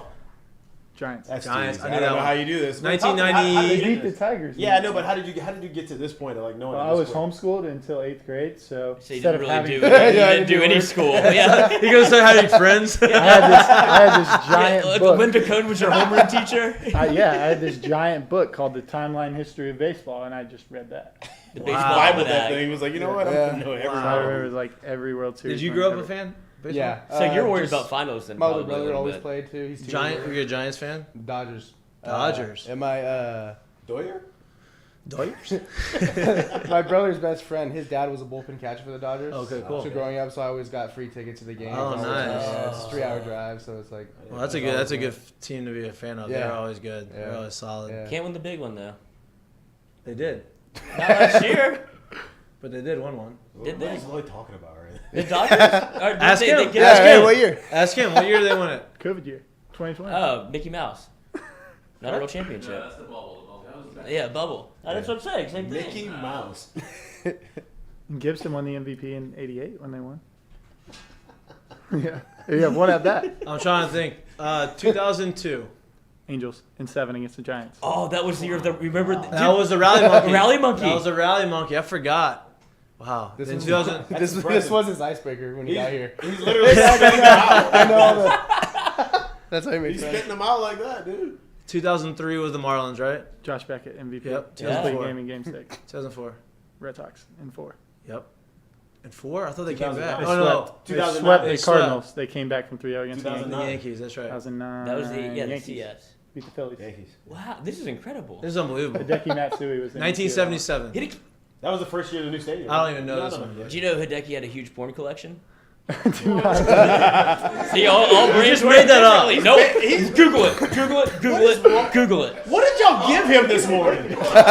He is off the racks over here, man. He asked me specifically for Vyvanse this morning. Didn't give it to him. I I know. refused. You take 5 minutes to get upset. That's what you used to do when you played. You'd wait until the end, and then so you played pissed off. That's What? crucial strategy. I took Vyvanse early. I know. So you'd wait for the come down. Oh, so yeah. You could play. I'll so play you'd better be a little pissed off, angry. yeah. Yeah, that's true. I talk shit to everybody. He does have a large, massive Keep going. adult film collection. Yes. Wow. Lloyd, let me ask you this. How in the hell did you find that out? So he finds it. He has, I don't know. I don't know. A beautiful mind. 1988. I already told you that. Dodgers, Gibson, home run. I just want to make sure. He got, I did stump him, I think. Yeah, 77. I think 76 was Reggie Jackson with the homers. When was the Kirk Gibson, He just did 88. that. 88. oh, Listen. my bad. That was the Yeah, whatever. The torn ACL. I believe that was 88. 1999. 99. That was Yankees' second year of their three-peat. They beat the Braves. It's like he goes into a different, like your eyeballs. I know. He gave me 99. He gave me the answer, and he gave me like the previous 3 years. It's the hangover meme. It's of unbelievable. the- Do you have any cool talents like that? Nah. I was a public school kid. I went to high school. Oh man, that's You unbelievable. say it twice, like I don't believe you now. I did go to school. Yeah. DJ I said, had "Watch this friends. man." Yeah. I was cool. Yeah. I was a cool kid. I love it. 2011 was with the Giants too. No, Cardinals, They were David Freese. even years. That was David Freese. that's right. Who did the Giants beat? The Rangers, Rangers in in 10. 12, They were right? 10. Oh, Oh, 10, 10. 10, 10. Tigers in 14. 12. In Royals 10. in 14. I went to the only game that the Rangers won in the 2010 World Series in New York, in Texas. Game We 3. had my roommate at the time. His dad was old roommates or old teammates with some guy who had worked in the front office. Got his tickets. It was the day after Halloween. The baseball team when He I was always here. gets choked up telling the story. When I was here, definitely not choked up. Always had we had a banger Halloween party. Always. Hopefully y'all do the same. We had fun on Halloween. Okay, perfect. Love that. What did you dress up as? I just wear a John Morant Murray State jersey. It's pretty fire. Okay, what did you dress up as? You seem like you're a Halloween guy. Halloween. October 31st every year. We had an inner squad on Halloween, I think. Yeah. Yeah, that's how it usually goes. They What? try to- They contain That's how it usually goes. They Yeah. gotta try to And then reel Jay- it in a little We had bit. morning lift the next morning. Yeah, intentional. they contained us. Oh, that's tough. So we weren't contained. We got banged up, and we were all living. This is my sophomore year. We were all living. Actually, going into my junior year, we were living all together. Me, my buddy, and then his buddy that we're riding. We were all riding together. Had to drive to Lafayette, and we had to wake up at like 6 a.m. And we woke up. I just got out the shower. He opened the bathroom. He was like, "Hey, can you drive?" All right, I'll drive. And so I'm like, yeah. So we're all three like sitting here, like looking out the window, like making sure that we're good. We get to Lafayette. We meet his dad. His dad drives us. 10 minutes into the car ride, all of us out for 6-7 hour drive. And his dad kept like slamming the brakes to try to wake us up. Nobody was budging. Halloween And then was we- good for you or what? Halloween was great. And then we went to the game, the World Series game, and I'm sitting in there, and like we were locked in because it was the game. Like we were ready to watch the World Series. We watched the first 3 innings, and then we started falling asleep. So I'm at a World Series game. I'm dozing off in the stands. I'm like, this is not how I envisioned this going. But that was the only World Series game I've ever been to. Unfortunately, I didn't get to play in one. No, college World Series, not Major League World Series. But hopefully y'all can have a college World Series. Some games going on. I've never played in the new stadium. I heard it's great. Here it's great. No. Did you go? You It is great. were in Omaha, Yeah, you right? played last year. You've been there. Yeah. Yeah, last year. Yeah. You beat Ole Miss. You need to beat them again this weekend. 3 times. We do. 3 times. He shoved against Ole Miss. He got Great. the win. Maybe. Are you going to get Yeah, to start on Saturday? Rumor. I wish, but Maybe. Right? Maybe. He started in inner squad. He shoved like every time. I mean, you were a starter at Arizona? no. No? He had 3 starts, 2 wins, right? 3. Yeah. Yeah. What's the longest you've ever gone? It's a personal question. He is on point every time. Can't sneak anything by him. He hasn't missed a barrel. No, all has show. not missed one barrel. With 2 pitchers here too. Wow. Before. Hours. With Jay Johnson, you never know. Yeah. 4 innings. Okay. In college, yeah. Yeah. Okay. So maybe a piggyback thing. I don't I know. will not I'm be just starting. curious. I don't. What? I will not be starting. You're the closer. You're the closer. Do you think that they'll ever use you in Jay came on earlier and he mentioned kind of a little bit of what the Tampa Bay Rays do. Do you ever think that that would be a thing where you come in for 1-2 innings to start a game? No. No? Never. JK said there's no chance I will ever start a game. How do you like JK? How is him? You said that was a big reason why you get. How is he as a pitching coach? I've met him a couple times. He seems awesome. I don't really know him more than just the passing by and the conversations I had. But as a pitcher, how is he able to relate to you, and how is he able to get through to y'all? Go ahead. I mean, they're boys. Like JK and Cooper, like homies. That's your homie? Yeah. But yeah, he's just a really cool dude just for that. Yeah. Like the relationship wise, just being able to talk to him and feel comfortable talking to him. And pitching wise, he was good mentally is his big thing, I feel like. Not a big fundamentals and mechanics because it's you're in college. Yeah, at some point your fundamentals are what they are. Yeah. Unless you're complete whacked out. Which he has helped some dudes with that, but most of us have it, I feel like, pretty locked in, and so he's been pretty big for us, and just how to pitch to different people and pitching backwards and all that stuff. So he's been a big help for that. I think that's enough. like That's enough. Don't give away all the secrets. That's like the common theme I feel like with the staff. At least I don't know. Really, the only guys I know are pitching coach and Jay. Really, the only two. But Jay talks about mentality and mindset all the time, and you said he talks about it. What is JK's philosophy? I know you said mindset, but what's his philosophy as a pitching coach? Like, what does he preach the most? They're just a bunch of, what does he say? Joes? Yeah, Joes and Johnnies. Joes and Johnnies, just like, Johnny and Joes. Who cares who's in the box? Just Love pitch that. the same Attack way. him. Yeah. And on the other side, that's how I approach it as a hitter. Like, I think it doesn't matter who's pitching. Like, what does he throw? How hard does he throw? What do I need to expect to see? And then that's it. Like, if you worry about who's pitching, you already lost. Yeah. You know what I mean? Like, if I'm facing Justin Verlander, and I'm like, damn, I got to face Verlander. I'm doing this. Like, well, I'm already lost. But if I think, okay, this guy throws 97, has some ride on his fastball, has a big breaking ball, okay, this is what I have to lock in on and focus on that, it makes the game a little bit easier. You don't have to worry about, overthinking things or trying to do too much, I guess. I love that. Yeah, for me, it was just like simplifying it. Like, hitter knows, I know, everyone in the stadium knows I'm throwing him a fastball. So if he can hit it, most of the time you can this name year, it. they haven't been hit. Yeah. and that's what I like that, because a lot of guys at the bullpen, you, Raiselman, like, they throw majority heaters. Yeah. And it doesn't matter. Like, hey, this is what I'm throwing. I'm going to throw it. I'm going to locate it. If you can hit it, good luck. But that all comes back to what he talked about earlier too, when he said pitching with conviction is the biggest thing that you can do. It's not right. You can have the best stuff ever, but if you don't believe you can get hitters out pitch to pitch with whatever you're throwing, like, really won't matter at the end of the day. Yeah. So and this is what we're talking about Blake Money, because last week we had talked about him, like, hey, you want to talk to him? What would you tell him? He said, his stuff's good. He doesn't have conviction behind any of his pitches. I told him he needs to throw with more conviction. And I'm like, okay. Then he doubled down on it on the broadcast. Like, they interviewed him and he said, "What did you tell Blake Money?" I said, "Look, his stuff's good. You just have to throw with conviction." And he wasn't. I didn't feel like he was throwing with any conviction at all. So I took him out. And then that's when I brought the question. And he's like, "Yeah, I would expect him. I would expect him to throw tomorrow and whatever." But that's got to be.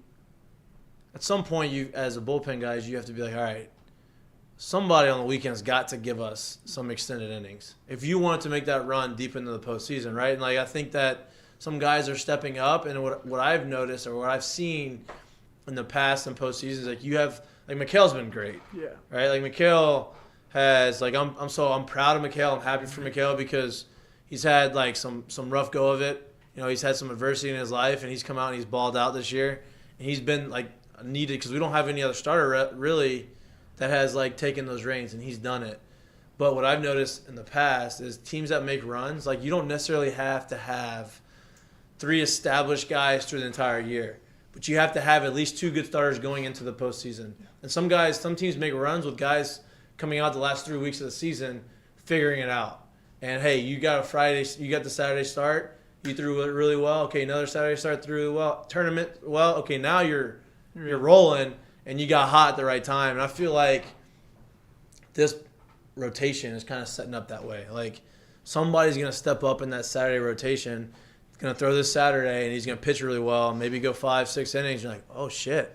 Okay, something clicked there, and then do it again, and then do it again. Like, okay, now we're good. Because Skip Bertman, have y'all met Skip? Has Skip been around? Yeah. So Skip's great. Just like, talk about someone going to the mound and talk about funny shit. Like, what were some of the stories he would say? Didn't he say? We talked about this the other day. Spot? We talked about this the other day. He said something about like he went to the mound and he said he went to the mound. This guy struggled, and he said, "Give me the ball." Give me the ball. He said, "Look, it's not your fault. This is my fault. I shouldn't have recruited you to come here.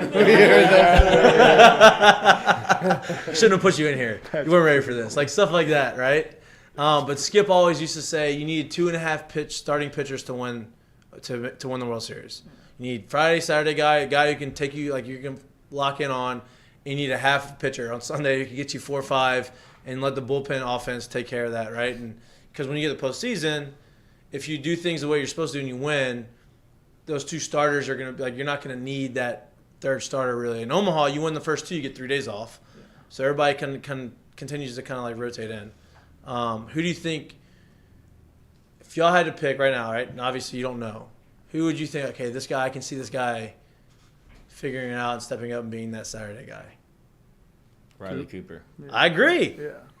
Are you trying? Are you campaigning hard? He drops hints. He does. You do. He just drops hints. You tell Jay, hey JK, put me on the bump. I'm like, hey, Let me I start. can go long. I can go 6. No, I can last. Especially You can't even say that with a straight face. Look, you got him. You poisoned the I'm mind. a new best friend. You poisoned the mind. What do y'all like to do off the field? Like when y'all at home? I can guess. Jesus. What? I don't want you to guess. Okay. Yeah, I don't want you to guess. What do y'all like outside of baseball? Like, what do y'all do like to escape from it? Anything? just like play video games. Watch You boys live baseball. together? Y'all act like y'all Y'all are. live together? No. No. I live with Cade Doty and Trey Shaker. Okay. Nice. Who's your roommates? Jacob Berry and Gio. Oh, nice. Is Barry Or Gio's talking funny. home? Yeah. Is Is Gio Jacob funny? talking home? Yeah, does Jacob talk? Yeah. Is he? He's a talker. Is he? Yeah. Every time I see him, he's like, Yeah, he's like a robot though. Yeah, he Like, is. okay. He's like, even though he walks to the Tell him I batter's called him. box, it's like Tell him I slow as called hell. him Lance Berkman. It's basically. He is Lance Berkman. He's Lance Berkman. He has no swag, Yeah. but he can bang. That's true. Zero He's the swag. quietest banger there Yeah. is, bro. Yeah, He's got the never seen custom anybody. cleats Great going right roommate. now. That doesn't count. Yeah, I was like, Everybody, that doesn't count. he had all white cleats, and I was like, who, He doesn't do that? Who are you? no, who is this kid? He- He's just a stock dude, but he had white cleats. He's on. like, what do y'all have back there? Just give it to me. Yeah. Generic number 1 on MLB The Show. Yeah. Like, I know. I'm surprised he wears batting gloves. Like, you do. Moises Alou. yeah. Peel Yeah, the hands. I don't know how people who don't wear batting gloves are psychopaths. I have no idea how they can hit with no batting gloves. I don't. And I've college never- is one I've never thing. seen one of them that does it that can't hit. They all can. I know. If you have no, yeah, if you have no batting gloves on, you probably can hit. Yeah. No doubt. How is Jacob? Is he gonna be all right? I know. I talked to Jay a little bit about it. He said it's kind of a pain tolerance thing for him. It's like a hairline fracture I on his think finger. so. He's gonna be all right. Oh yeah. He'll figure it out, Yeah, huh? I'll talk to him. Yeah. Talk. Call him right now. Yeah. We'll get some treatment. We'll put some ice on, ice and stem, elevate the finger. Yeah. Do Rice. something. Some rice? Right. Well, that's what it's called. Riced. What? It's rest, ice, compression, elevate. That's, I've never heard that in my life. Oh. I've never What? heard that. Yeah. Well, that's you. I don't know. I've never heard that. He's never heard that. I've never heard that. My You dad's heard a that? doctor, so you should probably take heed. If You you should ever have get joined the hurt. family business. I tried. They wouldn't let me in. I wonder I why. smoked pot with Johnny They used Hopkins. to have the they used to have the old school treatment. You know what the old school treatment was? 6-pack of beer in the shower. You That's have not to, old school at all. No, let me finish. You put the guy with the pitcher, so he's a righty, he put his arm up in the shower, have a hot shower, drink the beer until his arm fell asleep. Oh my God. And then he'd go down, he'd tingle it out, and he'd do it all over again. Like 3 or 4 times they said, and that it would like increase the blood flow. I'm like, okay, well Never heard that of that. that Never doesn't heard seem either. like that works very well. Dolan But these guys threw. But they also didn't throw as hard. They threw 85 miles an hour back in the 87. Yeah, maybe. They didn't throw hard at all. Are y'all concerned at all with maybe a little bit of fatigue coming out of the bullpen, or do you think that? I mean, because he goes early, but are y'all? He's got a quick trigger. Yeah. Oh yeah. Yeah, he does. Oh, he's got a I thought we were talking about this week. We were texting. I was like, I thought he was gonna let Dutton go. I know Dutton got hit pretty hard, but he was getting out. I know it was they were Loud getting outs. unlucky, some loud outs, but sometimes you get through those first couple innings and you settle in. Especially with the bullpen being overworked, I thought for sure nope, out. Me too. You never know. We both thought Again. The Hasey's been great. it was huge. Yeah. Hasey's been money. Yeah. What makes him so good? He's just funky, man. He is Even a playing little catch with funky. him sucks. Yeah, nobody would play. We Does call he have him the movement? plague. A lot of movement on his stuff, or is it just you just can't pick it No, up? it's moving. Yeah, he's Big the plague. breaking no one ball? wants to play Yeah. catch with him. What is it? Nobody wants to play catch. He's the plague. We literally call him the plague. Yeah. Who is The his plague? catch partner? Yeah, 'cause Who we is don't- his catch partner? Normally Drew Finley. Our Is that assistant his pitching name? coach. Nobody wants to play catch. Nobody wants to play with him. Nobody wants to play catch. That's bullshit. I tell you what, though. Watching pitchers warm up gives me anxiety. I'm like, no way do I want to play catch with any pitcher who is in their windup and throwing hard-ass breaking balls 60 feet away from me on a flat ground. I love watching him catch it and move out of the way, and I'm like, yeah, that's a good one though. Yeah. Getting shinned up, like, yep, that was good. Let me get it back to you. That's brutal. Please don't throw it again. Yeah, you're done with those. Me and him are throwing partners, so it's we have the simplest catcher team ever. What I do y'all believe do? in saving the arm. Yeah. Save the bullets. Hey, Save the So bullets. we're Game time literally- only. Game time only. We haven't gone past 90 feet the whole season. Yeah. Throwing. That's so great. That's awesome. Yeah. So y'all don't have so there's no set throwing program for y'all? No, he talked about one and he mentioned it. Yeah, he mentioned it passing by. Hey, by the way, We no, I'm put not it in doing the that. program. Yeah. Other people are doing it. Everyone else does it. We're the first ones done play catch every Yeah, single every time. So he doesn't make y'all throw. Obviously, y'all are shoving, so I'm sure he's okay with it. As long as y'all stay healthy, he's good. Yeah. How do y'all like Corey, trainer? Oh, he's cool. Corey's the best. Big help. Yeah, He's he's the awesome. best. He was there. He's I so didn't- chill. Yeah, he was there after I got there. Yeah. Our trainer is now the head football trainer at LSU. I'm sure you probably met him. Bo Lowry. You ever met Bo? Maybe. I don't know. He's like the head of it all, but he used to be our trainer. And then he was a trainer with the Saints, and then came back and took over the LSU stuff. But yeah, Corey's the man. Yeah, He's good stuff. He's a cool guy. He helps us out a lot. You got anything else for these guys? That's it. This is good. This is fun. See, I can see why. Jay said your laugh is contagious. He said I can hear you on the him. on Wait, the bus time out. always First laughing. off, he said he didn't tell us what. He said you're always watching stuff on your phone. What are you watching? What are you laughing at over there? On these Hideki? bus rides. Jesus. I mean, Wait, I have a question. No, actually, I'm not gonna ask you. Ask him. Razelman said that you are not a drinker. That's true. Wow. Yeah. Oh, Everyone Good for thinks you. so. I just go with it, but Good for you, though. I don't. Good for you. same. You just gotta wear it sometimes. Yeah, that is not true. I know that's That is not true. What is the reason? Is there a reason? Is there like a? Nah, I just never got into it, and I have a great time without it. I love that. He's always the laugh. Learn more. We'll Learn hang out from after the show. learn more from him. I'm learning a lot. Yeah. Okay. You You can don't learn need, from you don't me, need a too. drink to have fun, Lloyd. That's not true. You That's can. that's not. Look, he has a great time. Yeah. See? Kobe had a good time. Yeah, but you didn't. Oh, maybe you were drinking. I did get a little sip. You took some whiskey. Lloyd likes to steal my whiskey from my house. I did. I drank your Wellers. See? One for me, one for Kobe. Yeah. Oh, you gave me put it in his bowl. Yeah. Put it in his dog bowl. He wouldn't go to sleep. I wonder why. I wonder wouldn't why go he to slept all sleep. day. That's what my mom did to me. Well, I can see why. I can see the results of that. Big brain. Big brain. Big brain. 1944 World Series. Yankees. You're just guessing. I mean, that's when they had won 5 in a row. No. How's he do that? Joe DiMaggio era. MVP? Joe DiMaggio? Joe D? Probably. Speaking I don't of know who won that drinkers. MVP. The Dodgers won it in 44. Dodgers? Okay. I was off. Wow. See, I told you I don't know all of them. It's like 80%. He's- I Said it mean, with he such knows conviction. way more than I know. 1990 to current day, I can do them all in a row, though. 1990. To current Reds. The Reds. Yeah. The Big Red Big Red Machine. Machine. Joe Morgan. Nice. How's your guy? The elbow? I just So liked he's him on the call. Great voice. What happened to him? I don't know. I don't know, but he was good. No, but he. I mean, I don't know if he's dead now, but he was. They got done. Like they let him go. TBS, right? He was on ESPN.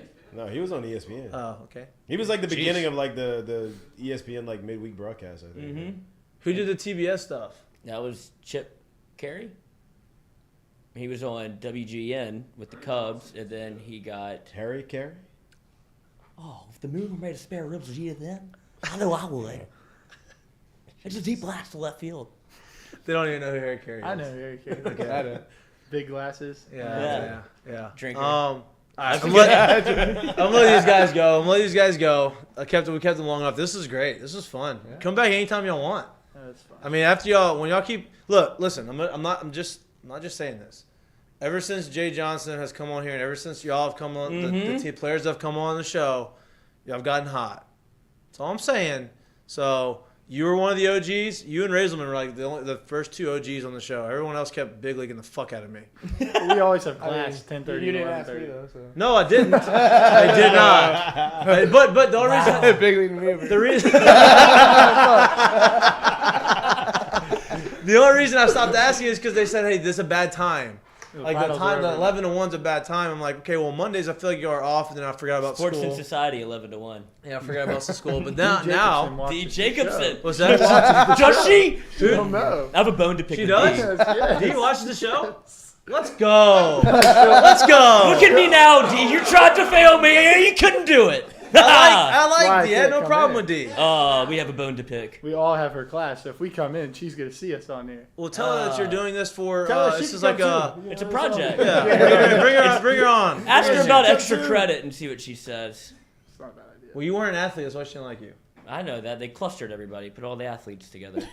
Be salty about it one time. Who's they? D. Jacobson. She doesn't make the class. Oh, she rules the roost. No, it was our academic advisors. They get in there and they put us all together. Hey. Yeah.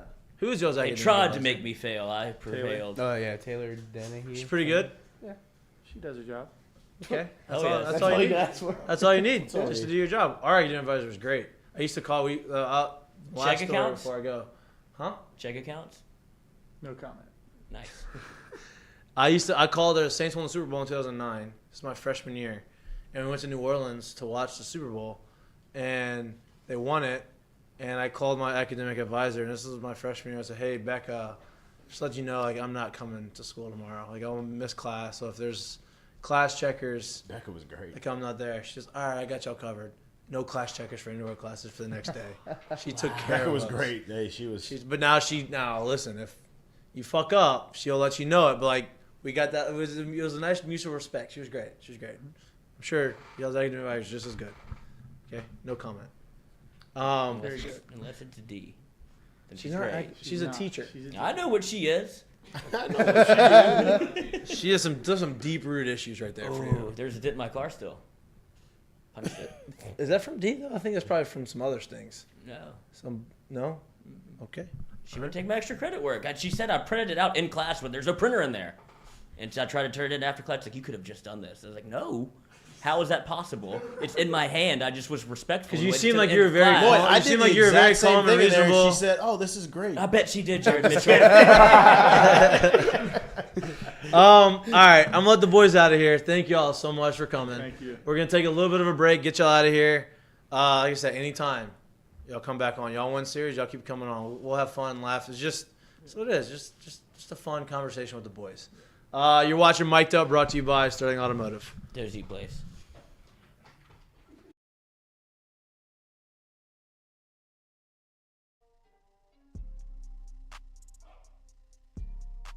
Our What's for Lunch segment is brought to you by Doe's Eat Place. Maybe the best burger in town. If you're not looking for lunch, you're looking for dinner, go check out Doe's Eat Place. They have unbelievable choice of meats. They have unbelievable tamales. They have a great atmosphere, great vibes. If you're looking for a homey Louisiana type of atmosphere, but you're looking for high quality food, Doe's Eat Place is your spot. Go in the back bar, sit at the bar, have a couple drinks, watch some games, enjoy the atmosphere, enjoy the vibes. Check out Doe's Eat Place, the best place in Baton Rouge to get your meats.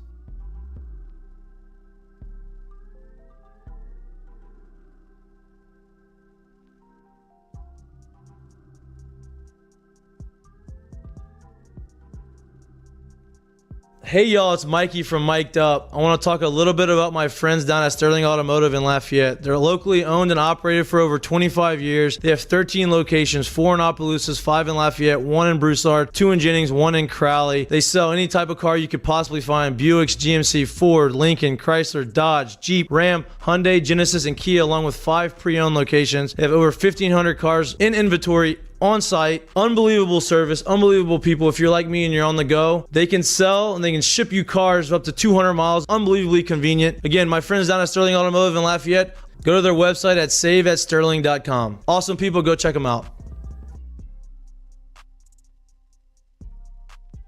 At Rejuvenate, we specialize in medically monitored hormone replacement therapy, giving you the energy you need for all life's challenges.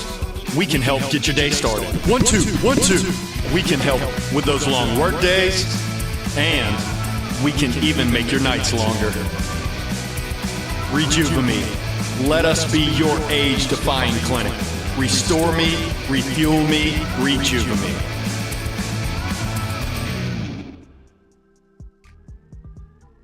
Mik'dUp is brought to you by Law Offices of Lance Beal. Call them today, 337-991-6263. They know what it takes to win. Their practice areas include personal injury, small business, family law, estate planning, with an emphasis in construction law. Your choice for reliable representation. 337-991-6263.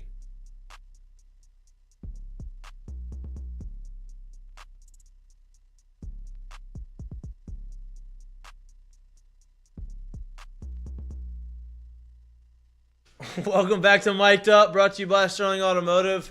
We are at the fourth quarter of the show. That was a great interview. Cooper's good. He's funny. He is awesome. He's funny. That's impressive. He knows all the World Series guys. That was blowing my mind. Yeah. I stumped him on 77. Now look, 77. I mean, Yankees. This guy wasn't even a thought. How do I? That's unbelievable. People that know like any kind of history like that are just like, what the fuck? That's crazy. How you do that? And not only was he spitting out the winners, he was saying, "Oh, he was they like beat giving you this team, like this the guy outlook played." of it. Like this is what happened. This was MVP. This is what happened the last 3 years before it. Hey, love the fact that he remembered me from Detroit, though. That made me feel good about myself. Like, hey, he didn't know me from LSU. Hey, next time we get him on, we're gonna really get him to talk about the hitting the homer, and I don't mean with the bat. He seemed like he was holding back. He did. Like he knew exactly about that moment. He probably motherfucked you so hard. And look at what is he doing out there? First inning, dude. Too. Oh, we got time. It was early in the game. It wasn't a big homer. It was just early. He definitely saw that game. We're gonna get him to talk about that. He told me he saw. He remembers it. Nah, I know. We're Well, gonna he get him to remembers open up everything. We're gonna get him to open. Okay, up well, if we're gonna talk about that, we can talk about the. You remember the walk off I had, huh? How about that? Yeah, we'll get there too. Yeah, that's part of it. Yeah. We'll get both emotions from it. Yeah, I've had some great moments, some blunders. It's okay. We all do. Who was the guy that did all the steroids? Jose Canseco. If Jose Canseco doesn't exist, do you feel like you're more famous? No. Because it wasn't as bad. Jose Canseco's went off his head over the fence. He whiffed the fly ball off his head over the fence. Not even compare. Not comparable. What if you what would have happened if you'd gotten the ball? I was trying to bat it in. I told you this story. I know, but I'm just saying what would have happened. Like, it wouldn't have been a home run. Do you think it's a top 10 instead of not top 10? No, it wouldn't have been top anything. It just would have been a non-homer. It shouldn't have been a homer anyway. They fucked me. It should have been a double. The ball hit the thing twice. Should have been double. They fucked me. They messed the rules up. There's a deep drive by Castellanos. Whatever, bro. Speaking of Castellanos, not Castellanos. Nicholas Cage just had a baby. Oh, yep. Congratulations. Yep. When? Yesterday? May 5th. I saw his wife. Has he homered since? Is that usually what happens? He's gonna wait. He's gonna wait for the announcers to talk about it. I don't know if I'll be on this microphone again. He did. Did you see Nick though? He did. He rounded the bases and he busted his ass rounding first, and then fell in Nick fashion, laid on the ground and laughed. Like he just. Did he hit a bomb? He's very sweet. I don't know if it was a homer, but it was rounding his first base and he fell on his face, tripped. Not over the bag either, just tripped. Just went down. Didn't pick up his legs. That's what's great about baseball. What? That you trip? It's just so human. It's like you own it because you play every day, so something's gonna happen like that, like you. I also had I wish they caught this on video. They never caught this on video. I was running out. Cut and curl. I was running. Huh? Yeah, get a current call. Oh, this last minute. Turn your homework in. D. Jacobson. I was running out there. I can't believe she watched this show. This was like early on in 17. I was going out. I was doing defensive replacement. The game was kind of in hand, and so it was a defensive replacement and left. And I'm running out and left, and like I was laughing, whatever. And same thing. I didn't pick my foot up enough, and I tripped. I got caught in the grass. Yeah. Fell, rolled over, got right back on my feet, and kept running. And thankfully, we were getting beaten. There wasn't any people in the stands, and people started laughing. I was like laughing back because obviously it was like funny. But I busted my ass running out to the outfield, fell, got back up, played it off, hit a homer. Next at bat. So you just got to loosen me up. Yeah. Just all you got to do is loosen me up. Yeah, apparently you just needed to booze before every game. That was great. That was great. Same That thing. was a fun game. It would have been more fun if the Saints would have fucking won. They played like shit. That's when they were playing. That's when they played awful. Awful. I was out of that bitch by halftime. We both left like I gotta get. It was hot as fuck too, though. It was hot as shit out there. But damn, we had a good got time. my nephew. Hey, I took a bird scooter all the way down there. Remember that? Like Yep. literally all the way down uptown over there. And I was like, I showed up to the place like where they were, like literally just running Just into the scooted right in there. Scooted right up to the front door. I'm like, okay. Sound like LSU football last year. LA. LSU football in LA. They had the bird scooters. Oh really? I didn't get to go. Did you see this picture of Dylan Cruz? I love the birds. Scooters, you just can't have them in Louisiana because the streets stink. What picture? They did him wrong. Jesus. And the Sidewalks sidewalk's even anywhere. worse, to be honest with you. Well, you can ride them on the road in LA. No, you're supposed to ride them. No, you're supposed to ride them on the You're road, not but the supposed to roads ride 'em here on the sidewalk. suck and the Yeah. sidewalks suck. So you can't get anywhere. You like, yeah. I mean, I've seen some bad wrecks on those things. I believe it. In Yeah, Louisiana, I mean, it'd be they worse go damn because near 20 miles an hour. Yeah, they really think about it. the new Didn't you participate in a wreck? Was that you? was not. I almost got in a wreck, but I did not because I was going this way, and then the sidewalk. Was it late at night? The sidewalk ended. There's no more sidewalk, but I didn't know there was no more sidewalk. And there's a How fence. did you not know? You didn't see it? Well, it was a little ways away. I didn't know that it was going to end. I just wasn't really paying attention, I guess. Is And it then late it at ended, night? and then traffic was coming this way, it like dark? one of those. No, it was daytime. I was going to the game in. So you telling me What you was I couldn't doing? see the road? I wasn't paying attention. Okay, I wasn't paying attention During the day. during the day. I wasn't paying attention to I wasn't like cruising like forward. I was like talking and doing whatever, and all of a sudden I cut across, thinking I could cut. It was a short sidewalk, and I was like, oh boy.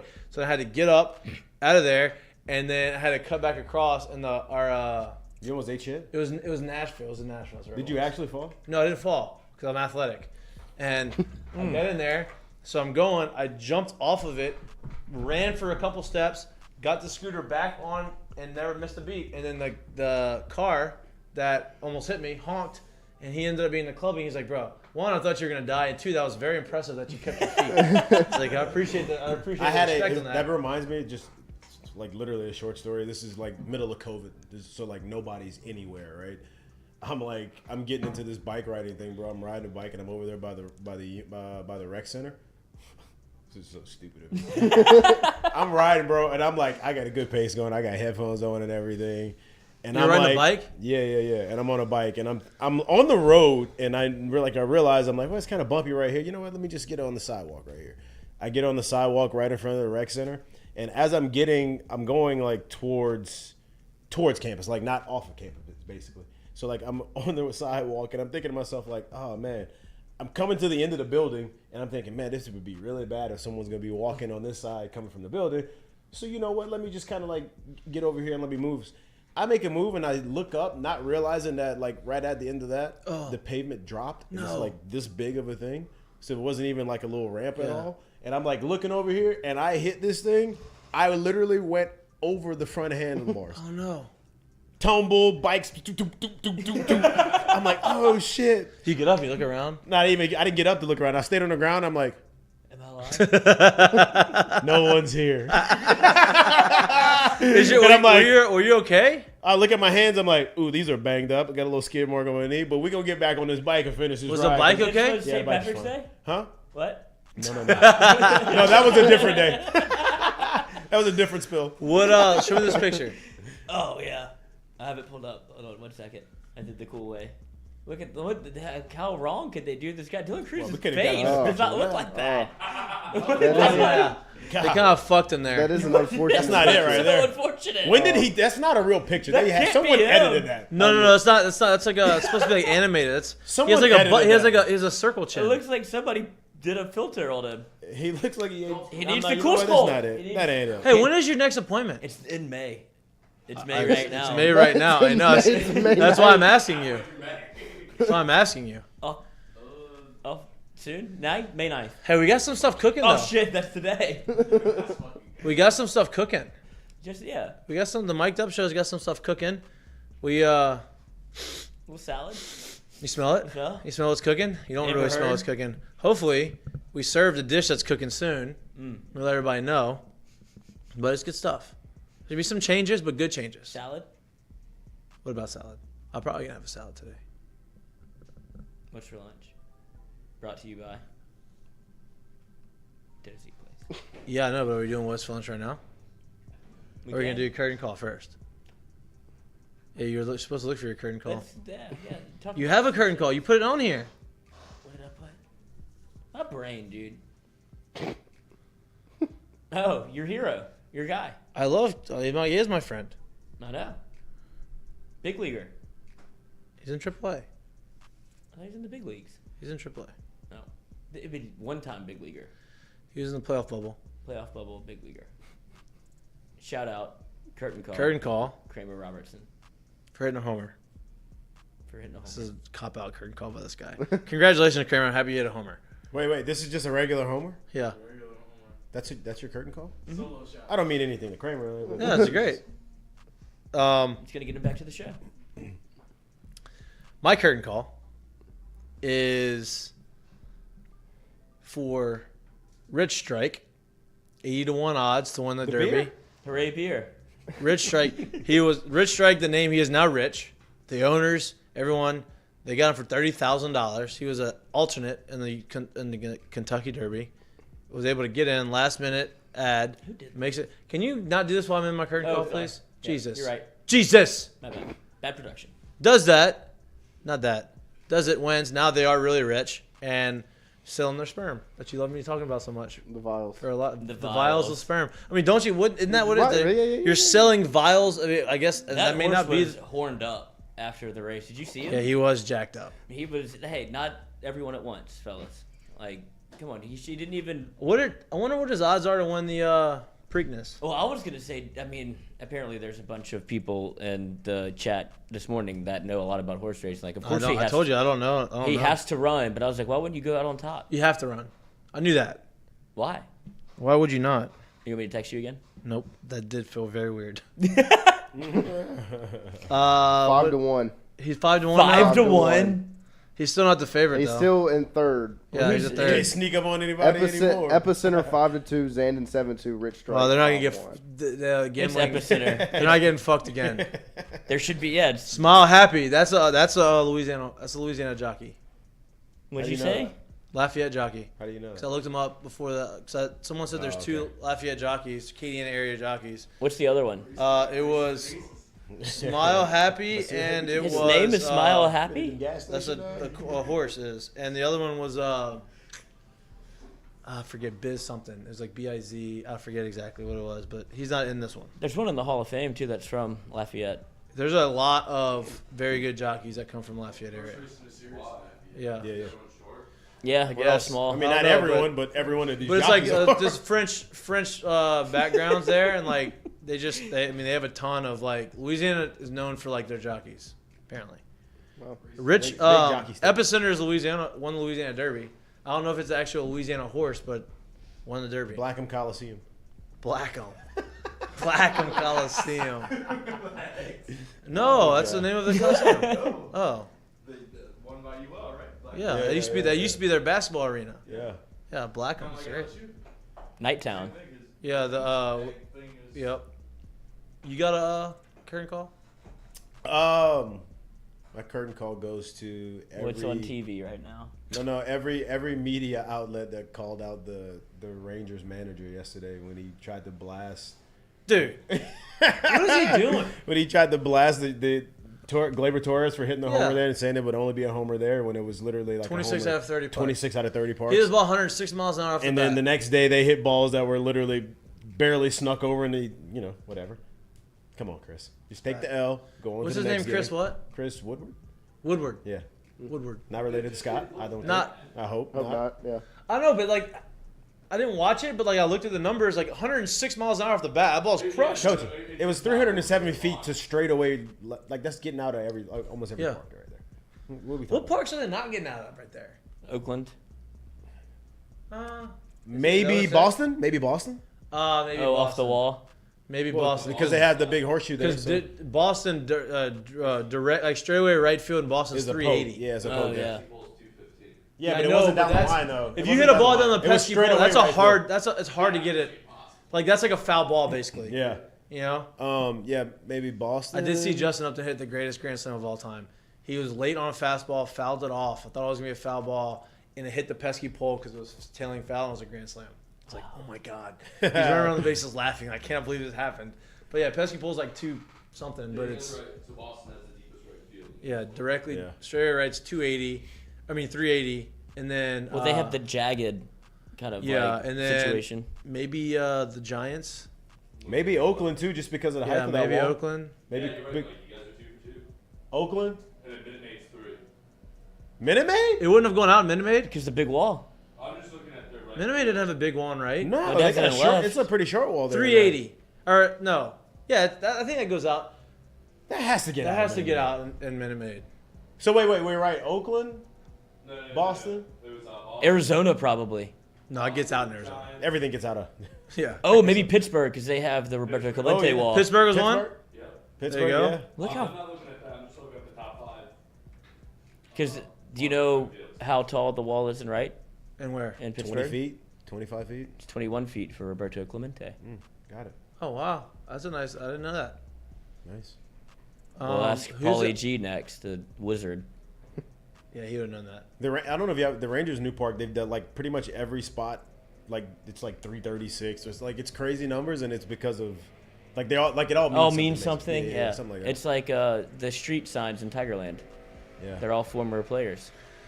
They are. I didn't know that when I was hammered. Yeah. Yeah, I was they just are. like Hey, Alvin, the Alvin Rangers' new Dark. stadium too. If you're standing in right field, if you're like I want to say like 10 to 20 feet in front of the warning track, is like the stand or like the screen is like right there.